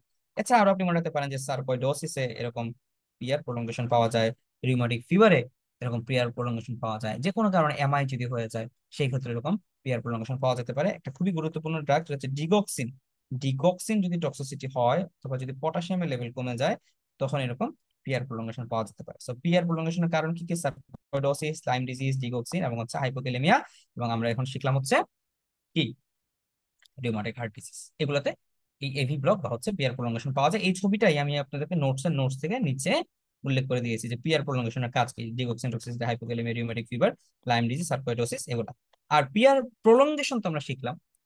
পিআর শর্ট হয় একটা কন্ডিশন, পিআর শর্টেনিং হয় একটা কন্ডিশনে, যে আপনি দেখবেন যে এই পি ওয়েভ, এরপরে এইখান থেকে একটা কিউআরএস কমপ্লেক্স উঠে গেছে, এরপর একটা টি। ওকে, তো এইরকম যদি হয়, পি একটা শর্টেনিং হয়ে যায় এবং একটা স্লার্ড, একটা আপ স্ট্রোক পাওয়া যায়, এইরকম একটা ঘটনা যদি হয়, তখন আপনি বুঝবেন যে এই মানুষটা হচ্ছে WP W syndrome. So WP W সিন্ড্রোমে পি একটা শর্টেনিং পাওয়া যায়, ভেরি ইম্পর্টেন্ট। ওকে, তাহলে আমরা জোনস ক্রাইটেরিয়া জো সম্পর্কে পড়লাম। এবার যদি আমরা এন এর কথা বলি, সো এন তে আসলে যেটা পাওয়া যাবে, এন তে হচ্ছে মূলত তার কি শরীরে এন ফর নোডিউল, তার মানে তার শরীরে কিছু জায়গায় আপনি নোডিউল পাবেন। আমার এনটা খুবই বিচ্ছিরি রকমের হয়েছে, তাহলে এন আসলে কিভাবে লেখে, এইভাবে লেখে। So, এইভাবে লিখে আমরা হচ্ছে এনটাকে এই, ওকে, সো আপনি এরকম এন এর গায়ে কিছু নোডিউল বানাই দেন, তার মানে হচ্ছে তার নোডিউল পাওয়া যাবে। So N for nodule. Nodule গুলো কিরকম থাকে? সাবকিউটেনিয়াস নোডিউল থাকে। কোন সারফেসে থাকে? ফ্লেক্সর না এক্সটেন্সর? মনে রাখতে হবে এক্সটেন্সর সারফেসে থাকে। এটা পেইনফুল না পেইনলেস? এটা হচ্ছে পেইনলেস। তাহলে এই কথাগুলো আপনাকে পরীক্ষাতে একটু ঝামেলা ফেলে দিবে যে এটা এক্সটেন্সর সারফেসে পেইনলেস থাকে। জোনস ক্রাইটেরিয়ার ইতে, ইতে আপনি যদি ই ই লেখেন, তাহলে ই, ই ফর হচ্ছে ইরেইদেমা। সো এখানে আসলে একটা ইরেইদেমা থাকবে। আমরা যদি এরকম ইরাইদেমাটা বিভিন্ন মার্জিন জুড়ে জুড়ে একটা ইরাইদেমা এঁকে দিই, সো আপনি এখান থেকে মনে রাখতে পারেন। সো ই, ইতে হচ্ছে ইরাইথেমা মার্জিনেটাম। সো এই লাইনটাকে আমি একদম লাল করে ভালো করে লিখতেছি, কারণ ইরাইথেমা মার্জিনেটাম নিয়ে অসংখ্যবার কোশ্চেন এসেছে, অসংখ্যবার কোশ্চেন এসেছে। ইরাইথেমা মার্জিনেটাম এইটা আমাদের রিউমাটিক হার্ট ডিজিজের জন্য খুবই স্পেশাল, খুবই স্পেশাল, খুবই স্পেশাল। ইরাইদেমা মার্জিনেটামের সাথে যেটা কনফিউশন হয় সেটা হচ্ছে ইরাইদেমা মাল্টিফর্মি। ইরাইদেমা মাল্টিফর্মি এটা অনেক সময় কনফিউশন হয়, মনে রাখবেন যে ইরাইদেমা মাল্টিফর্মি এটা পাওয়া যায়। গতকালকে আমরা একটা রোগ পড়েছিলাম, একটা নিউমোনিয়ার কথা পড়েছিলাম মায়োকার্ডিটিসে, কোনটা? এটা হচ্ছে মাইকোপ্লাজমা। সো মাইকোপ্লাজমাতে মাল্টিফর্মি, মাইকোপ্লাজমাতে মাল্টিফর্মি, 5বার বলেন, মাইকোপ্লাজমাতে মাল্টিফর্মি, মাইকোপ্লাজমাতে মাল্টিফর্মি। আর রিউমাটিক হার্ট ডিজিজে মার্জিনেটাম, রিউমাটিক হার্ট ডিজিজে মার্জিনেটাম পাওয়া যায়। ওকে, সো ইরাইদেমা মার্জিনেটাম, মার্জিনের দিকে এটা পাওয়া যায়। সো এইটা আসলে সবসময় যে পাওয়া যাবে সেরকম না, মাঝে মধ্যে এরকম আপনি পেতে পারেন, এবং রেড মেকিউল আকারে থাকে। এটা আসলে কয়েক সপ্তাহের মধ্যে চলে যেতে পারে। ওকে, সো সাধারণত এটা আসে হচ্ছে মোর দেন 3 উইক, 3 সপ্তাহ পরে এটা এপিয়ার করে, 3 সপ্তাহ পরে এটা এপিয়ার করে। সো এটা কিন্তু আসলে আপনি ইনিশিয়ালি পাচ্ছেন না, ইনিশিয়ালি পাচ্ছেন না। এবং লাস্ট অফ অল জোনসের, জোনসটাকে যদি একটু ছোট করার চেষ্টা করি, এটাকে কিছু করা যায় কিনা দেখি। না, কিছু করার সুযোগ আসলে নাই। সো টোটাল জিনিসটা একটু ছোট করে,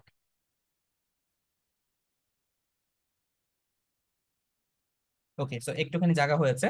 তাহলে আমরা এখানে যদি একটু দেখার চেষ্টা করি যে এখানে এস তে কি আছে। সো এস, এস তে হচ্ছে, এস দিয়ে আমরা একটা হাত এঁকে দিব। সো এস ফর হচ্ছে সিরেনহাম কোরিয়া। ওকে, সো এই এস জিনিসটাই হচ্ছে একটু নড়াচড়া, আঁকা বাঁকা, আঁকা বাঁকা হবে।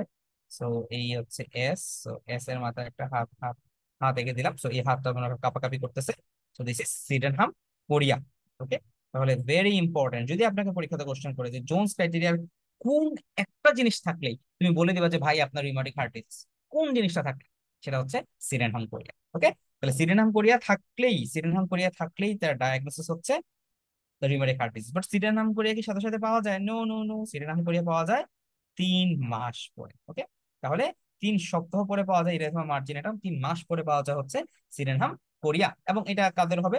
নাচানাচি কারা বেশি করে? নাচানাচি মেয়েরাই আসলে নাচানাচি বেশি করে। সো এটা আসলে ফিমেল প্রিডোমিনেন্ট একটা আহ সমস্যা আপনি পাবেন। তাহলে এইগুলো হচ্ছে মেজর ক্রাইটেরিয়া, এগুলো হচ্ছে মেজর ক্রাইটেরিয়া। এরপরে আপনি কিছু মাইনর ক্রাইটেরিয়া আপনি খুঁজতে পারেন। সো মাইনর ক্রাইটেরিয়ার মধ্যে যেহেতু রিউমাটিক ফিভার, হ্যাঁ, মাইনর ক্রাইটেরিয়া গুলো কি কি হবে? সো মাইনর ক্রাইটেরিয়া যদি কথা আমরা চিন্তা করি, তাহলে রিউমাটিক ফিভার, নামের মধ্যে ফিভার আছে, তাহলে এই তার যদি জ্বর থাকে, হ্যাঁ, আর্থাইটিসের জায়গায় যদি আর্থ্রালজিয়া থাকে, আর্থ্রালজিয়া, টোটাল প্যানকার্ডিটিস না হয়, তার যদি জাস্ট ওই যে এভি ব্লক হয়, মানে পিরিয়ডটা একটু প্রলঙ্গেশন হয়, তার যদি এএসও টাইটার, হ্যাঁ, এন্টিস্ট্রেপ্টোলাইসিন ও এই টাইটারটা যদি একটু রেইজ থাকে, তার যদি আপনার ডব্লিউবিসি কাউন্ট একটু বেশি থাকে, ফিভারের সাথে ডব্লিউবিসি কাউন্ট বেশি, এগুলো আপনাকে মাইনর ক্রাইটেরিয়া হিসাবে হেল্প করবে। আর এগুলোর সাথে কি লাগবে? এগুলোর সাথে আপনার মেজর অথবা মাইনর ক্রাইটেরিয়ার সাথে আরো কিছু দরকার হবে। সেটা হচ্ছে দুঃখিত, এএসও টাইটেরটা এখানে না, এএসও টাইটেরটা হচ্ছে সাপোর্টিং এভিডেন্স। সো এএসও টাইটেরটা এখানে ভুলে বলে ফেলেছি। সো ফিভার, আর্থালজিয়া, পিআর প্রলঙ্গেশন, এবং হচ্ছে ইএসআর বা ডব্লিউবিসি বেশি, এবং হচ্ছে ইএসআর বা সিআরপি বেশি, এগুলো হচ্ছে আপনার মাইনর ক্রাইটেরিয়া। সাথে যদি এএসও টাইটার পজিটিভ, তার মানে আপনি শিওর হচ্ছেন যে তার স্ট্রেপ্টোকক্কাস পায়োজেনিসের সমস্যা, অথবা আপনি দেখলেন যে কোনো কালচার পজিটিভ, তাহলে আপনি এটাকে ডায়াগনোসিস করতে পারেন যে রিউমাটিক হার্ট ডিজিজ। ওকে, তাহলে মোটামুটি রিউমাটিক হার্ট ডিজিজের মেইন কথাগুলো আমরা বলে ফেলেছি। এখন রিউমেটিক হার্ট ডিজিজ ম্যানেজমেন্ট আপনি কি আসবে, তাহলে আমরা মোটামুটি রিউমেটিক হার্ট ডিজিজ কি, কেন, কিভাবে হয় জানলাম। এবার আমরা আসি ম্যানেজমেন্টে। সো ম্যানেজমেন্টে যেহেতু ইনফেকশন হয়েছে ভাই, ম্যানেজমেন্ট তো সহজ ছিল। ম্যানেজমেন্টের প্রথম কথা হচ্ছে আপনি কি দিবেন, অ্যান্টিবায়োটিক দিবেন। অ্যান্টিবায়োটিক এটা স্ট্রেপ্টোকক্কাস গ্রাম পজিটিভ না নেগেটিভ? স্ট্রেপ্টোকক্কাস হচ্ছে gram positive organism. So gram positive অর্গানিজমে আমাদের শুরুতেই থাকে ইচ্ছা থাকে কি দেওয়ার, পেনিসিলিন দেওয়ার। সো আমরা এখানে কি দিতে চাই, পেনিসিলিন দিতে চাই। সো এইটা একটা কন্ডিশন যেখানে পেনিসিলিন মোটামুটি ভালো কাজ করে। পেনিসিলিন আপনি দুইটা ফর্মে দিতে পারেন, একটা হচ্ছে আইভি ফর্ম, একটা হচ্ছে oral form. IV form, oral form. So oral ফর্মে যেটা দেওয়া যায় সেটাকে আমরা বলি হচ্ছে পেনিসিলিন ভি বা পেনভিক। হ্যাঁ, সেটা আমরা বলি পেনিসিলিন ভি অথবা পেনভিক নামে পাওয়া যায় বাংলাদেশে, বা এটার অপর নাম হচ্ছে ফেনক্সি মিথাইল পেনিসিলিন। এত নাম পর্যন্ত মনে থাকে না, তো ফেনক্সি মিথাইল পেনিসিলিন এটা এভাবে মনে রাখতে পারেন। আর আইভি যেটা, আইভিটার নাম হচ্ছে বেনজাইল পেনিসিলিন। কি নাম, বেনজাইল পেনিসিলিন। তো আপনি মনে রাখবেন যেটা যে ব্লাডে দেই, আইভি মানে ব্লাড, ব্লাড মানে বি দিয়ে, সো বেনজাইল পেনিসিলিন ব্লাডে দেই। So benzyl penicillin 1.2 million international unit, এটা আপনি সিঙ্গেল ডোজ দিলেই রোগী আলহামদুলিল্লাহ বলে বাড়িতে চলে যাবে আপনাকে দোয়া দোয়া করতে করতে। আর পেনভি দিলে রোগী বলবে যে ভাই 10 দিন ধরে ওষুধ খাই, আর কোনো চিন্তা নাই। সো ইনজেকশন একটা দিয়ে দিলেই শান্তি, ইনজেকশন না দিলে 10 দিন ধরে ওষুধ খাইতে হবে। এই হচ্ছে কাহিনী। এখন ঘটনা আসলে অতটুকুতে রেখে দিলেই হয়তো, কিন্তু এফসিপিএস তো ডেফিনেটলি আপনাকে এত মুড়ির মুরকা মানে মুড়ির মুয়ার মতো কোশ্চেন করবে না, আপনাকে কোশ্চেন করবে একটু কঠিন করে। আপনাকে বলবে যে আচ্ছা ঠিক আছে, রোগটা ভালো আছে, এখন তুমি আসলে কি করবা, যে ধরো তার যেন এই রিউমাটিক ফিভারের ফার্দার অ্যাটাক যেন না হয়, তাহলে তুমি আহ এই কারণে ওষুধটা কয়দিন চালাবা। এখন তো আপনি ঝামেলা করে গেলেন যে ঠিক আছে আমি তাকে দিলাম আহ একদিন একবার দিলাম, সে ভালো আছে, এখন আসলে এইরকম ওষুধটা কয়দিন চালাবো, সিঙ্গেল ডোজ দিয়ে বাড়ি পাঠিয়ে দিলাম, এরকম কোনো সমস্যা না। কিন্তু সমস্যা হচ্ছে যে আহ, এই যদি যদি তার ফার্দার অ্যাটাককে আমরা প্রিভেন্ট করতে চাই, তাহলে আমাদেরকে কি করতে হবে, প্রোফাইল্যাক্সিস দিতে হবে। সো প্রোফাইল্যাক্সিস দেওয়ার ক্ষেত্রে আপনার অপশন হচ্ছে দুইটা। সো প্রোফাইল্যাক্সিসটা আমরা কিভাবে দিব, প্রোফাইল্যাক্সিস দেওয়ার সময় আপনাকে চিন্তা করতে হবে তার কি কোনো কার্ডিয়াক ডিজিজ আছে কিনা। ওকে, তো আপনি কি কুই কোশ্চেন করবেন, কোশ্চেন নাম্বার 1, সেটা হচ্ছে এনি কার্ডিওভাস্কুলার ডিজিজ বা এনি ভালভুলার হার্ট ডিজিজ। যদি কার্ডিওভাস্কুলার ডিজিজ না থাকে, যদি অ্যান্সারটা হয় নো, তাহলে 5 বছর দিবেন। আর যদি কার্ডিওভাস্কুলার ডিজিজ থাকে, অ্যান্সারটা যদি হয় ইয়েস, তাহলে 10 বছর দিবেন। ঠিক আছে, এখন কথা আছে, আপনি হয় 5 বছর দিবেন অথবা দেখবেন তার বয়স 21 কিনা।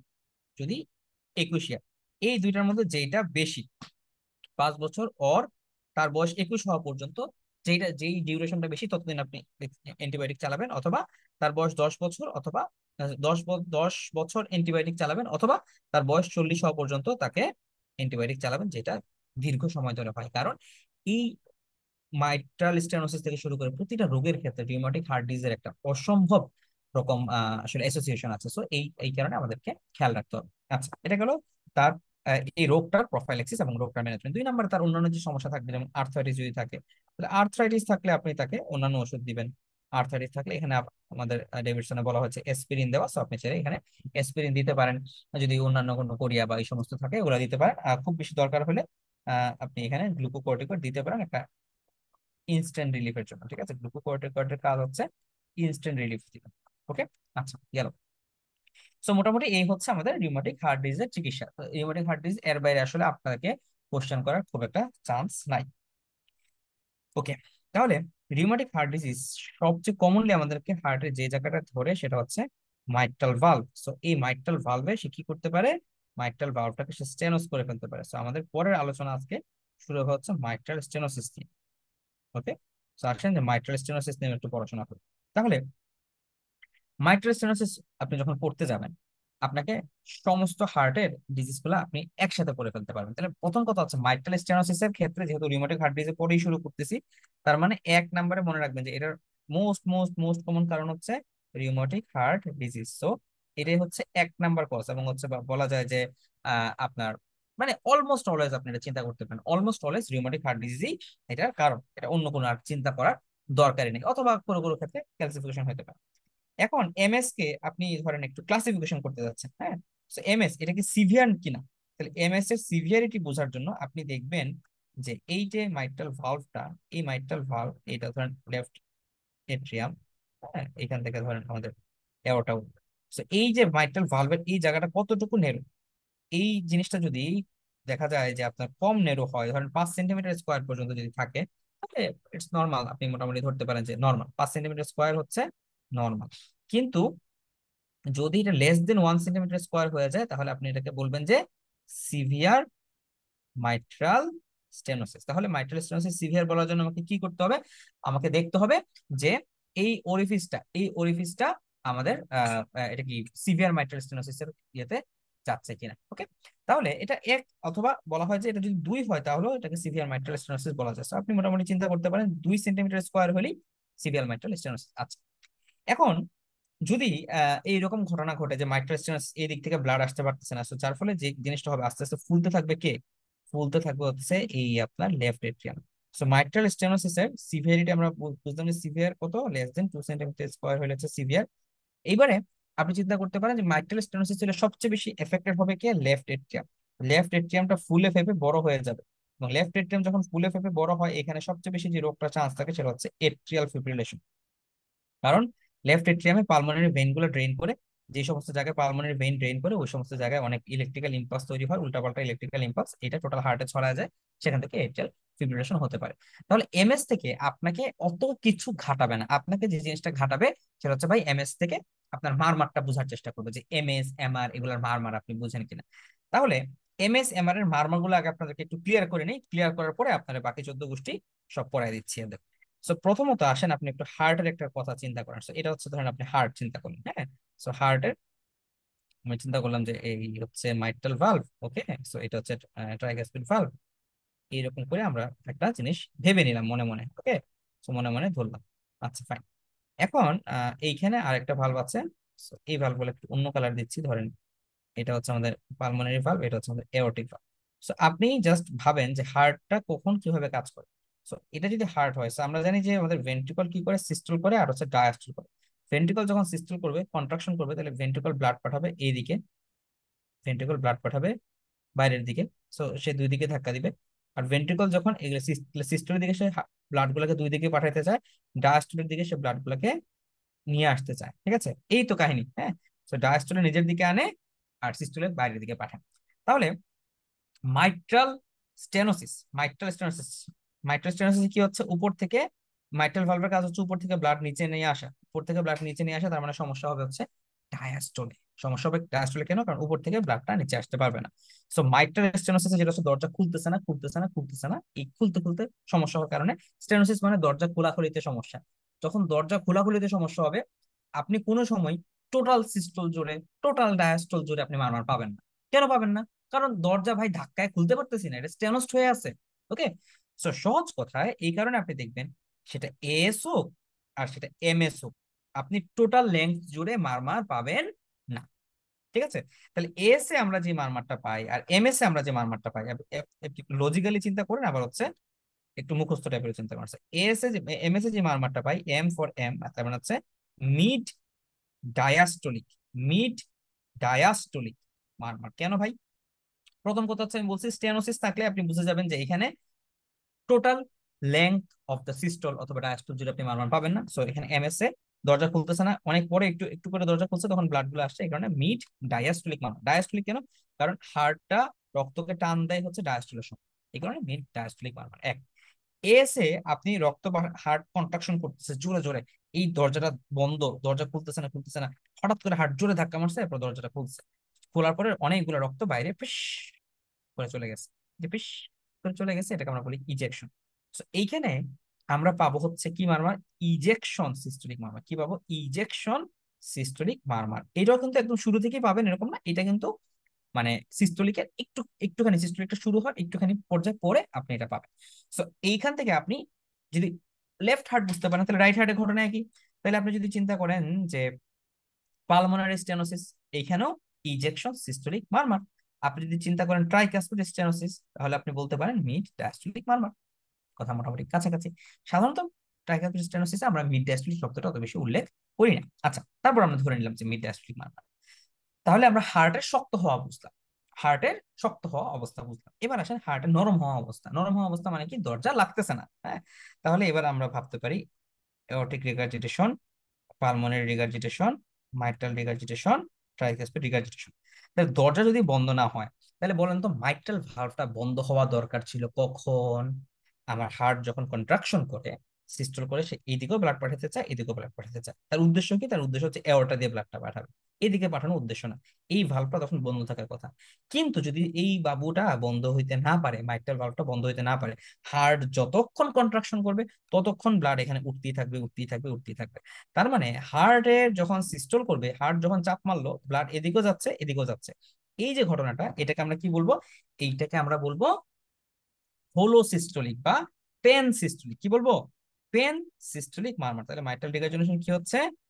Pen systolic, pansystolic murmur. এবং ঠিক একইভাবে ট্রাইকাসপিড রিগার্জিটেশন আপনি পাবেন এরকম পেন সিস্টোলিক মারমার। ওকে। আচ্ছা, এবার আসেন এওরটিক রিগার্জিটেশন।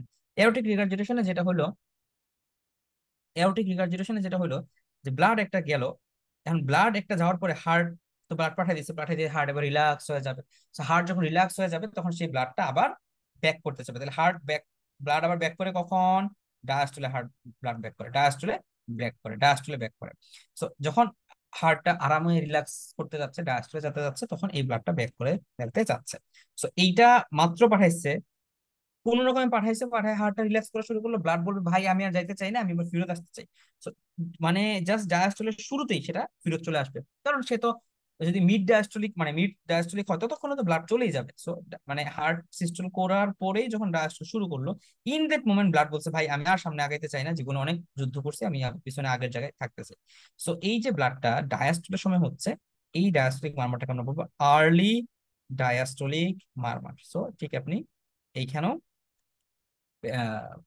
ইয়ার রিগার্জিটেশন, পালমোনারি রিগার্জিটেশন, আপনি আর্লি ডায়াস্টলিক মারমারটা পাচ্ছেন। তাহলে আমরা কি পাচ্ছি? এএস এর ক্ষেত্রে সিস্টোলিকের সমস্যা, ইজেকশন সিস্টোলিক মারমার।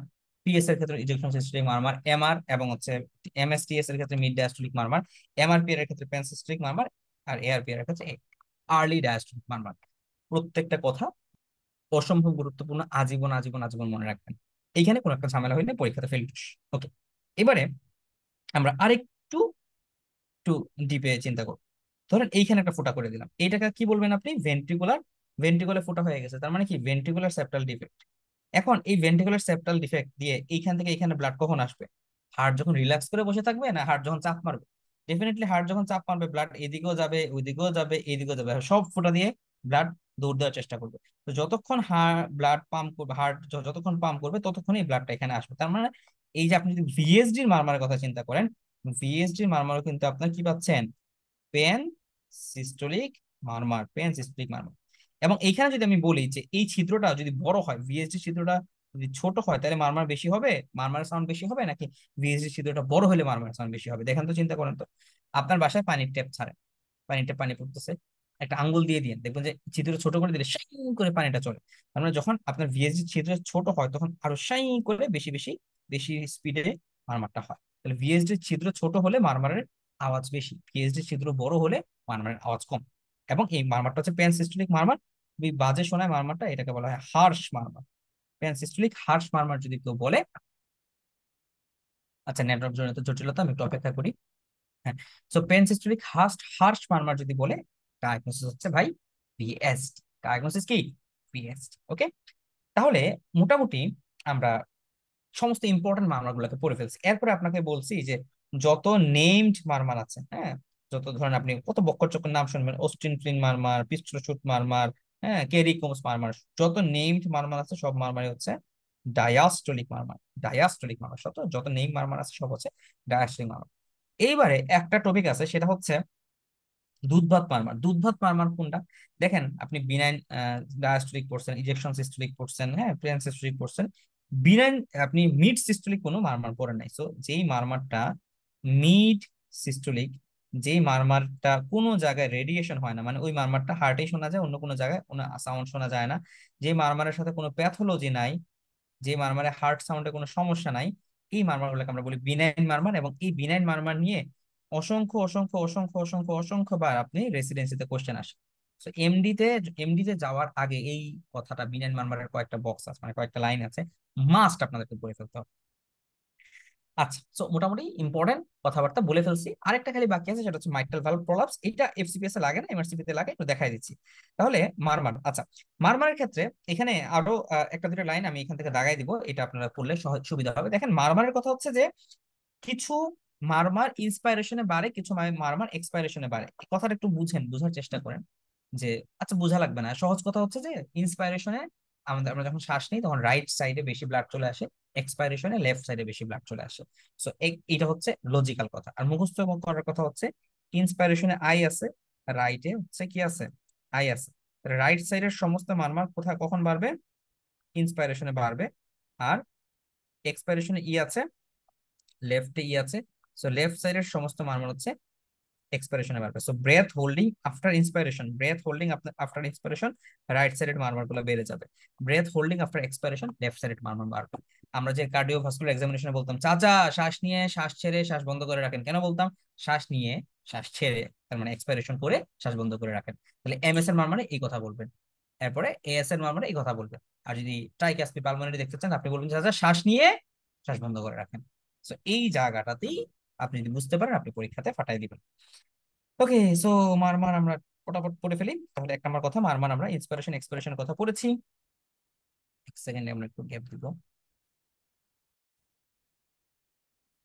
ওকে, সো আমরা এখানে ছবিতে দেখতে পাচ্ছি যে ইন্সপিরেশন এক্সপিরেশনের কথাটা বলা হয়েছে। কি প্রথম প্যারাটা আসলে এমআরসি, এইটা যদি নোটস এর নোটস, এটা এমআরসি এর জন্য গুরুত্বপূর্ণ। যে দেখেন যে ভালসালভাতে মোটামুটি সমস্ত মারমারই আপনার কমে যায়, তবে ভালসালভাতে একটা মারমার বাড়ে, সেটা হচ্ছে এইচওসিএম। এটা আমরা মোটামুটি আলোচনা করে ফেলেছি। এরপরে দেখেন মারমার সব মিলে কিনা, ইনজেকশন সিস্টোলিক আমরা বলেছি এওরটিক স্টেনোসিসে বাড়বে, পালমোনারি স্টেনোসিসে বাড়বে। এইচওসিএম এইচওসিএম আর এওরটিক স্টেনোসিসের সব প্রেজেন্টেশন সেম, সো এইচওসিএম ও একই রকম ইনজেকশন সিস্টোলিক মারমার পাওয়া যাবে। ওকে, এগুলো মনে রাখলে হইলো। ফেলোডসের ট্রাইকাসপিড, ফেলোডসের পালমোনারি স্টেনোসিস হয়, সো ফেলোডসের মারমারের ক্ষেত্রেও ইনজেকশন সিস্টোলিক মারমার পাওয়া যাবে। হলো সিস্টোলিক বা প্যান সিস্টোলিক যে মারমারের কথা আমরা যদি বলি, এটা আমরা বলেছি যে ভিএসডি, আর ভিএসডি টা হার্শ হয়। ভিএসডি মারমারটা একটা হার্শ টাইপের, মানে একটু ঘস ঘস বা একটু বাজে টাইপের সাউন্ড শোনাতে পারে। এবং রিগার্জিটেশন গুলোতেও কিন্তু হলো সিস্টোলিক বা প্যান সিস্টোলিক মারমার পাওয়া যায়। আর্লি ডায়াস্টোলিক মারমার এওরটিক রিগার্জিটেশনে পাওয়া যায়, very important. Mid late diastolic ভাই এত কঠিন করে আসলে দেয় না, মিড ডায়াস্টোলিক মারমার সহজ কথায় মাইট্রাল স্টেনোসিসে পাওয়া যায়, এগুলো আমরা জানি। আর একটা মারমার সেটা মনে রাখতে পারেন, কন্টিনিউয়াস মেশিন লাইক মারমার, সেটা হচ্ছে পেটেন্ট ডাক্টাস আর্টারিওসাসের কন্টিনিউয়াস মেশিন লাইক মারমার পাওয়া যায়। এটা যদি এক লাইনে একটু একে বুঝাই দেই যে এইখানের মতো হার্ট ছিলাম এঁকেছিলাম, তো ধরেন এইটা হচ্ছে এওরটা। ওকে, সো এটা হচ্ছে এওরটা, এটা হচ্ছে পালমোনারি ট্রাঙ্ক। আচ্ছা, নেটওয়ার্কের সমস্যা হচ্ছে, একটু গ্যাপ দিই। ওকে, সো এওরটা এবং পালমোনারি ট্রাঙ্ক। এখন আপনি দেখলেন যে এই জায়গাটাতে আসলে একটা জিনিস থাকে, সেটাকে বলা হয় ডাক্টাস আর্টারিওসাস। জন্মের আগে থাকে, জন্মের পরে এটা অবলিটারেটেড হয়ে যায়। কারো কারো ক্ষেত্রে জন্মের পরেও এটা থেকে যেতে পারে। যদি থেকে যায়, কন্টিনিউয়াসলি ব্লাড এখান থেকে এখানে আসবে। সো এই যে কন্টিনিউয়াসলি ব্লাড এখান থেকে এখানে আসতেছে, এই মারমারটাকে আমরা বলি হচ্ছে কন্টিনিউয়াস মেশিনারি মারমার। যেটা কোথায় পাওয়া যায়, যেটা হচ্ছে পেটেন্ট ডাক্টাস আর্টারিওসাসে পাওয়া যায়। তাহলে পেটেন্ট ডাক্টাস আর্টারিওসাসে কি মারমার পাওয়া যায় ভাই? Continuous machinery murmur. এই কন্টিনিউয়াস মেশিনারি মারমার যে কোনো এট্রিও ভেন্ট্রিকুলার আর্টারিও ভেনাস ফিস্টুলাতে পাওয়া যায়। আর্টারিও ভেনাস ফিস্টুলাতেও কন্টিনিউয়াস মেশিনারি মারমারটা পাওয়া যেতে পারে। ওকে, সো মোটামুটি আমরা শেষ করেছি। লেট সিস্টোলিক মারমার জাস্ট মনে রাখতে পারেন মাইট্রাল ভালভ প্রলাপসে লেট সিস্টোলিক মারমার পাওয়া যায়, মানে মাইট্রাল ভালভ প্রলাপসের ক্ষেত্রে একদম সিস্টোলিকের শেষ পর্যায়ে কিছু ব্লাড উপরে যায়। লেট সিস্টোলিক মারমার এই একটাই একটু এক্সেপশন মনে রাখা যেতে পারে, মাইট্রাল ভালভ প্রলাপসে পাওয়া যায়। ওকে, এরপরে এখানে মোটামুটি কোশ্চেন করেছে যে ভালসালভাতে কোন মারমার বাড়ে। ভালসালভাতে এইচওসিএম বাড়ে, ভালসালভাতে মাইট্রাল ভালভ প্রলাপসের মারমারটা বাড়ে, এটা মনে রাখতে পারেন। এইখানে মারমার ইন প্রেগনেন্সি, এটা একটা গুরুত্বপূর্ণ ব্যাপার যে প্রেগনেন্সিতে সব মারমারই বেড়ে যায়, প্রেগনেন্সিতে সব মারমার বাড়ে এক্সেপ্ট এওরটিক রিগার্জিটেশন। প্রেগনেন্সিতে কোন মারমার কমে, প্রেগনেন্সিতে কোন মারমার কমে? Aortic regurgitation, very important, aortic regurgitation প্রেগনেন্সিতে কমে। ওকে, এটা খেয়াল রাখতে হবে। দেন আপনি যে ইনোসেন্ট মারমার আমরা বলেছিলাম যে এমডির জন্য খুবই গুরুত্বপূর্ণ, যে ইনোসেন্ট মারমার হচ্ছে সফট মিড সিস্টোলিক, কোনো রেডিয়েশন নাই, কোনো কার্ডিয়াক অ্যাবনরমালিটি নাই, সবকিছু ভালো থাকে, সেটাই হচ্ছে আমাদের ইনোসেন্ট মারমার। এরপর আমাদের ডেভিডসনে এইরকম বক্স করে দেওয়া আছে যে লেট সিস্টোলিক মারমার কোথায় পাওয়া যায়, বলেছি মাইট্রাল ভালভ প্রলাপসে, আমরা বলেছি আর্লি ডায়াস্টোলিক মারমার রিগার্জিটেশনে, মিড ডায়াস্টোলিক মারমার স্টেনোসিসে পাওয়া যায়, injection systolic aortic stenosis, pulmonary stenosis, pulmonary flow murmur, pansystolic MR TR, এবং হচ্ছে ভেন্ট্রিকুলার সেপ্টাল ডিফেক্ট। দুঃখিত। সো মোটামুটি এই হচ্ছে আমাদের সিস্টোলিক মারমার। এবং দেখেন এই কথাগুলো আমাদের বইও লেখা আছে, এই যে ভিএসজি মারমারটা হার্শ হয়, মাইট্রাল রিগার্জিটেশনের মারমারটা হচ্ছে ব্লোয়িং, এটা আমরা এমবি দিয়ে মনে রেখেছিলাম, এমবি আমাদের ডেভিডসন বেসিক গুলো আলোচনা হয়েছে। Mitral regurgitation blowing murmur. Aortic স্টেনোসিসে loud rasping murmur, a loud rasping আমরা এভাবে মনে রেখেছি, এ লাউড রাস্পিং। এওরটিক রিগার্জিটেশনে, দুঃখিত, এওরটিক স্টেনোসিসে লাউড মারমার, রাস্পিং মারমার। ওকে, সো এই কথাগুলো থেকে মাঝে মধ্যে লাউড রাস্পিং এরকম শব্দগুলো থেকে আপনাকে পরীক্ষাতে অ্যান্সার করতে হতে পারে। সুতরাং আমরা সমস্ত ভালভিউলার হার্ট ডিজিজ গুলোর, সমস্ত ভালভিউলার হার্ট ডিজিজ গুলোতে কি কি মারমার পাওয়া যাবে, কিরকম মারমার নিয়ে প্রেজেন্টেশন করবে, সেই কথাগুলো আমরা শিখে ফেলেছি। সো মারমার নিয়ে আমি আর ভালভিউলার হার্ট ডিজিজের কোনো মারমার নিয়ে আমি আর কথা বলবো না, মোটামুটি সব মারমার আমরা শিখে ফেলেছি।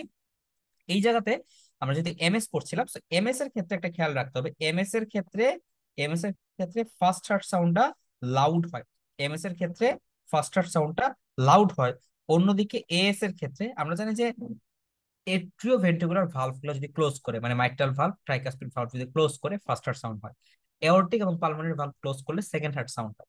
সো এমএস এ ফার্স্ট হার্ট সাউন্ডটা লাউড হয়, আর এওরটিক স্টেনোসিস, যেহেতু এওরটিক ভালভ সেকেন্ড হার্ট সাউন্ডের সাথে সম্পর্কিত, এইখানে এস টু সাউন্ডটা সফট হয়। ওকে, এস টু সাউন্ডটা সফট হয়, অনেকে এটা একটু লাউড ভাবে ভুল করে ফেলে, তাহলে খেয়াল রাখতে হবে এএস এ এস টু সাউন্ডটা সফট হয়, আর এমএস এ এস ওয়ান সাউন্ডটা লাউড হয়। পরীক্ষাতে এই জায়গাতে আমাদের সবচেয়ে বেশি প্যাচ লাগে। এরপরে এমএস এর ক্ষেত্রে যেহেতু আমাদের লেফট এট্রিয়ামটা বড় হয়ে যাচ্ছে, এমএস এবং এমআর। ওকে, সো এমএস এবং এমআরএ আপনি একই রকম কিছু ফিচার পাবেন, যেমন হচ্ছে এখানে লেফট এট্রিয়ামটা এনলার্জ হয়। সো লেফট এট্রিয়াম এনলার্জ হওয়া মানে হচ্ছে এট্রিয়াল ফিব্রিলেশনের রিস্ক বেড়ে যায়, এবং এট্রিয়াল ফিব্রিলেশনের রিস্ক বেড়ে যায় দেখে চিকিৎসাতে আমাদের অ্যান্টিকোয়াগুলেশন দিতে হয়। এবং এট্রিয়াল ফিব্রিলেশন যখন হয়, লেফট এট্রিয়াম যখন এটা বড় হয়, আরো ব্যাকফ্লো করে পালমোনারি হাইপারটেনশন ডেভেলপ করতে পারে, পালমোনারি ইডেমা ডেভেলপ করতে পারে। যখন পালমোনারি ইডেমা ডেভেলপ করে, তখন সেখান থেকে একটা মানুষের হিমোপটাইসিস, হ্যাঁ, হিমোপটাইসিস, ডিজনিয়া, এইরকম ঘটনাগুলো থাকতে পারে। সো পরীক্ষাতে মোটামুটি এইরকম কিছু কমন আপনি সিনারিও পেতে পারেন। যদি এরকম সিনারিও পান, তাহলে আপনার ডায়াগনোসিস হয়ে যাবে মাইট্রাল স্টেনোসিস, মারমারের উপর ভিত্তি করে স্টেনোসিস অথবা রিগার্জিটেশন আপনি বুঝতে পারবেন। এই সমস্ত valvular heart disease, all valvular heart disease diagnosis কি দিয়ে করবেন? ডায়াগনোসিস করার জন্য আপনাকে করতে হবে হচ্ছে ইকো। কি রকম ইকো করতে হবে? ট্রান্স থোরাসিক ইকোকার্ডিওগ্রাফি করে ডায়াগনোসিস করতে হবে। সো এটা নিয়ে আর কোনো কথা নাই। এবারে আমরা যদি ম্যানেজমেন্টের ক্ষেত্রে আসি, ম্যানেজমেন্টের ক্ষেত্রে একটু একটু তফাৎ আপনি পাবেন। যে প্রথমত হচ্ছে আমরা মাইট্রাল ভালভের ক্ষেত্রে, মাইট্রাল ভালভের সমস্যা, তাহলে যদি এফ হয়, এফ এর চান্স থাকে, সেই ক্ষেত্রে আমাকে কি করতে হবে? অ্যান্টিকোয়াগুলেশন করতে হবে। কারণ অ্যান্টিকোয়াগুলেশন যদি না করেন, তাহলে পরীক্ষাতে আপনাকে সিনারি এইভাবে দিতে পারে, একটা পেশেন্ট, এমএস এর পেশেন্ট আসলো, মিড ডায়াস্টোলিক একটা মারমার, ফার্স্ট হার্ট সাউন্ড পাওয়া যাচ্ছে, টেপিং অ্যাপেক্স বিট, এটাও খুবই গুরুত্বপূর্ণ, এটা একটা খুব ইম্পর্টেন্ট ফাইন্ডিং। হ্যাঁ, ফার্স্ট হার্ট সাউন্ড লাউডের সাথে টেপিং অ্যাপেক্স বিট, এই মানুষটা হঠাৎ করে একটা স্ট্রোক করে আসছে। তাহলে কেন স্ট্রোক করলো? কারণ হচ্ছে এমএস থেকে এট্রিয়াল ফিব্রিলেশনের মধ্যে হার্ট ভালো করে বিট করতে পারতেছে না, ওখানে কিছু থ্রম্বাস জমা হয়েছে, সেই থ্রম্বাস ছুটে গিয়ে এম্বলিজম হয়ে ব্রেনে চলে গেছে। সো এইভাবে কিন্তু ঘুরে কোশ্চেন দিতে পারে, এইভাবে ঘুরে কোশ্চেন দিতে পারে। সো আমাদেরকে খুব ভালো করে খেয়াল রাখতে হবে যে এখানে অ্যান্টিকোয়াগুলেশন আমাদেরকে মেডিকেল ম্যানেজমেন্টে অবশ্যই খেয়াল করতে হবে। এবং এএফ যদি হয়ে যায়, এএফ এর বাকি ম্যানেজমেন্ট, যেমন রেট কন্ট্রোল অথবা রিদম কন্ট্রোল, এগুলো আমাদের করার চেষ্টা করতে হবে। ওকে, তাহলে এটা গেল এএফ এর ম্যানেজমেন্ট।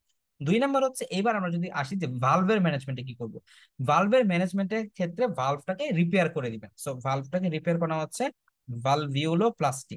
সো ভালভিওলোপ্লাস্টিটা হচ্ছে আমাদের এখানে treatment of choice. So treatment of choice কি? ট্রিটমেন্ট অফ চয়েস হচ্ছে ভালভিওলোপ্লাস্টি। ট্রিটমেন্ট অফ চয়েস কি? ভালভিওলোপ্লাস্টি।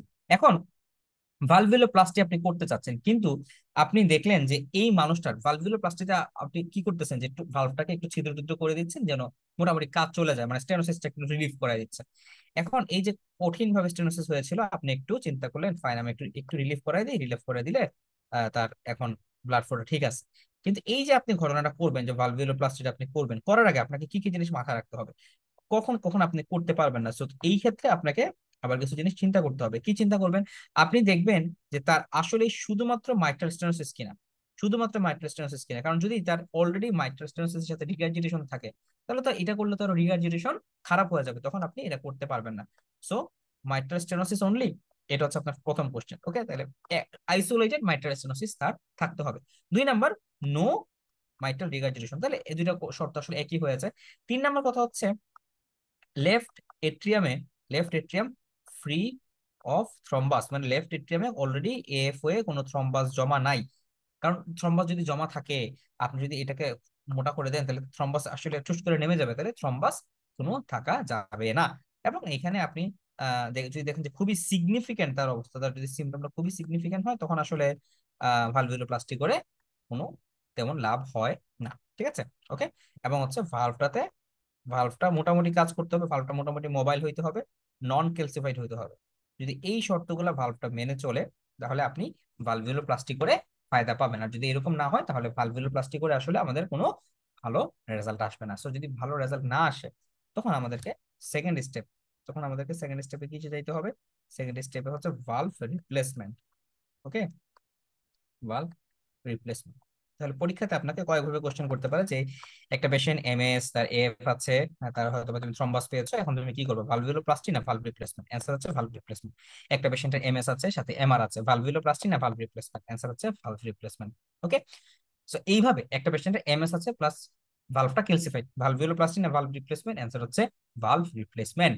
ওকে, তাহলে এইভাবে আপনাকে পরীক্ষাতে ভালভুলোটমি করবেন না ভালভুলোপ্লাস্টি করবেন, এই জিনিসগুলো কিন্তু আপনাকে জিজ্ঞেস করবে এবং আপনাকে জাজ করা হবে এইভাবে। ওকে, তাহলে আমরা মোটামুটি এমএস সম্পর্কিত আলোচনা শেষ করেছি। এমএস সম্পর্কিত আলোচনা শেষ করার পরে এবার আমরা চলে আসি হচ্ছে এমআর, মাইট্রাল রিগার্জিটেশন সম্পর্কিত আলোচনা। তো এইভাবে যখন আপনি পরীক্ষাতে প্রতিটা ট্রিটমেন্টকে মাথায় গেঁথে নিবেন, আপনাকে ইনশাল্লাহ কনফিউজড করাটা স্যারদের জন্য কঠিন হয়ে যাবে। আসলে পরীক্ষাতে আমরা সবই পারি, বাট আমরা কনফিউজড হয়ে যাই। এই কনফিউজ যেন না হই, সেই জন্যই আমাদের সমস্ত চেষ্টা। মাইট্রাল রিগার্জিটেশন একই কথা, এটাও রিউমাটিক হার্ট অরিজিন হবে। এবং আপনি যদি দেখেন যে এখানেও মারমার আপনি পাচ্ছেন, সব আগের মতো, এখানে আসলে আলাদা করে তেমন কোনো বৈশিষ্ট্য আপনি পাবেন না। জাস্ট আপনি এটা মনে রাখতে পারেন যে মাইট্রাল রিগার্জিটেশনের সাথে কিছু রোগের অ্যাসোসিয়েশন থাকতে পারে। মাইট্রাল রিগার্জিটেশন বা মাইট্রাল ভালভ প্রলাপস, হ্যাঁ, মাইট্রাল রিগার্জিটেশনের একটা কারণ হচ্ছে মাইট্রাল ভালভ প্রলাপস। যদি হয়, মাইট্রাল ভালভ প্রলাপসের কিছু কারণ থাকে, এই কারণগুলোকে একটু পরীক্ষার আগে মনে করতে পারেন। যেমন কিছু কানেকটিভ টিস্যু ডিসঅর্ডার থাকে, যেখানে মাইট্রাল ভালভের যে রিংটা থাকে, রিংটা দুর্বল হয়ে যায়। হ্যাঁ, যেমন হচ্ছে ধরেন এহেলার ডানলোস সিনড্রোম, এহেলার ডানলোস। দুই নাম্বার হচ্ছে আপনি চিন্তা করতে পারেন যে মারফান, হ্যাঁ, so Marfan very important course. মারফানে মাইট্রাল রিগার্জিটেশন হয়, এটা খুব ভালো করে মনে রাখতে হবে। তিন নম্বর হচ্ছে উলফ পার্কিনসন সিনড্রোম, এখানে মাইট্রাল ভালভ প্রলাপস হতে পারে। এরপর আপনি hypertrophic obstructive cardiomyopathy, mitral valve prolapse হতে পারে। ঠিক আছে, এই প্রত্যেকটা কজ, এট্রিয়াল সেপ্টাল ডিফেক্ট, এখানে মাইট্রাল ভালভ প্রলাপস হতে পারে। এই কারণগুলো আমাদেরকে খুব খুব খুব ভালো করে মনে রাখতে হবে যে এই কন্ডিশনগুলোতে মাইট্রাল ভালভ কিন্তু ভাই প্রলাপস হয়। ওকে, আচ্ছা। এখন মাইট্রাল ভালভ প্রলাপস হয়ে গেল। প্রলাপস হওয়ার ক্ষেত্রে আপনি আরো কারণ যদি চিন্তা করেন যে মাইট্রাল ভালভের রিং দুর্বল হওয়ার আরো কারণ কি, তাহলে এমআর এর কারণ কি কি? সো এমআর এর কারণগুলোকে আপনাকে একটু খেয়াল করতে হবে। এবার এবার আমরা চিন্তা করি যে মাইট্রাল রিগার্জিটেশন কেন হতে পারে। তাহলে মাইট্রাল রিগার্জিটেশনের কারণ যদি আপনি চিন্তা করেন, তাহলে মূল কথা, মাইট্রাল রিগার্জিটেশন একটা বড় কারণ হচ্ছে মাইট্রাল ভালভ প্রলাপস, যে কারণগুলো আমরা এখন আলোচনা করেছি যে কেন কেন মাইট্রাল ভালভ প্রলাপস হয়। ওকে, দুই নম্বর কথা হচ্ছে এমআই। এমআই হয়ে ওইদিকে পেপিলারি মাসল রাপচার হয়ে গেছে। সো এমআই এর 3 থেকে 14 দিনের মধ্যে যদি আপনি দেখেন যে কোনো একটা মানুষের পেনসিস্টোলিক মারমার ডেভেলপ করেছে, এমআই এর 3 থেকে 14 দিন, ধরেন এটা হচ্ছে একটা মানুষের হার্ট। সো এইখানে ধরেন এইদিকে হচ্ছে এট্রিয়া, আর এই দিকে মনে করেন যে তার মাইট্রাল ভালভটা, হ্যাঁ, এইদিকে হচ্ছে মাইট্রাল ভালভটা। এখন এই যে মাইট্রাল ভালভ, এটা তো তার পেপিলারি মাসেলের সাথে লাগানো আছে, তাই না? এইদিকে তার পেপিলারি মাসেল, এগুলাতে কোডি টেন্ডন দিয়ে লাগানো আছে। মানে এমআই যার হয়েছে তার কোনো একটা কারণে এই কোডি টেন্ডনটা ধরে নষ্ট হয়ে গেছে। নষ্ট হয়ে যাওয়ার কারণে এই কোডি টেন্ডনটা যদি, দুঃখিত, পেপিলারি মাসেলটা নষ্ট হয়ে গেছে। তো এই পেপিলারি মাসেলটা যদি নষ্ট হয়, তাহলে সে আর ভালভটাকে ধরে রাখতে পারবে না, তখন ভালভটা আগের মতো ক্লোজ হবে না।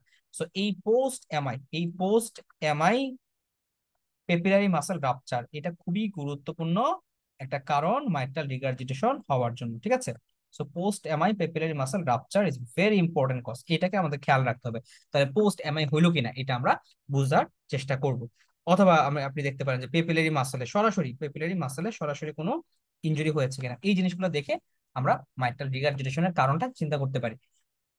ওকে, এবং আপনি ডায়াগনোসিস কিভাবে করবেন, আপনি ইকোকার্ডিওগ্রাফি করে ডায়াগনোসিস করলেন, ডায়াগনোসিস করার পরে আপনি পাইলেন যে পেনসিস্টোলিক মারমার। এইখানে আপনি ক্লিনিক্যাল সাইন সিম্পটমে কি পাবেন?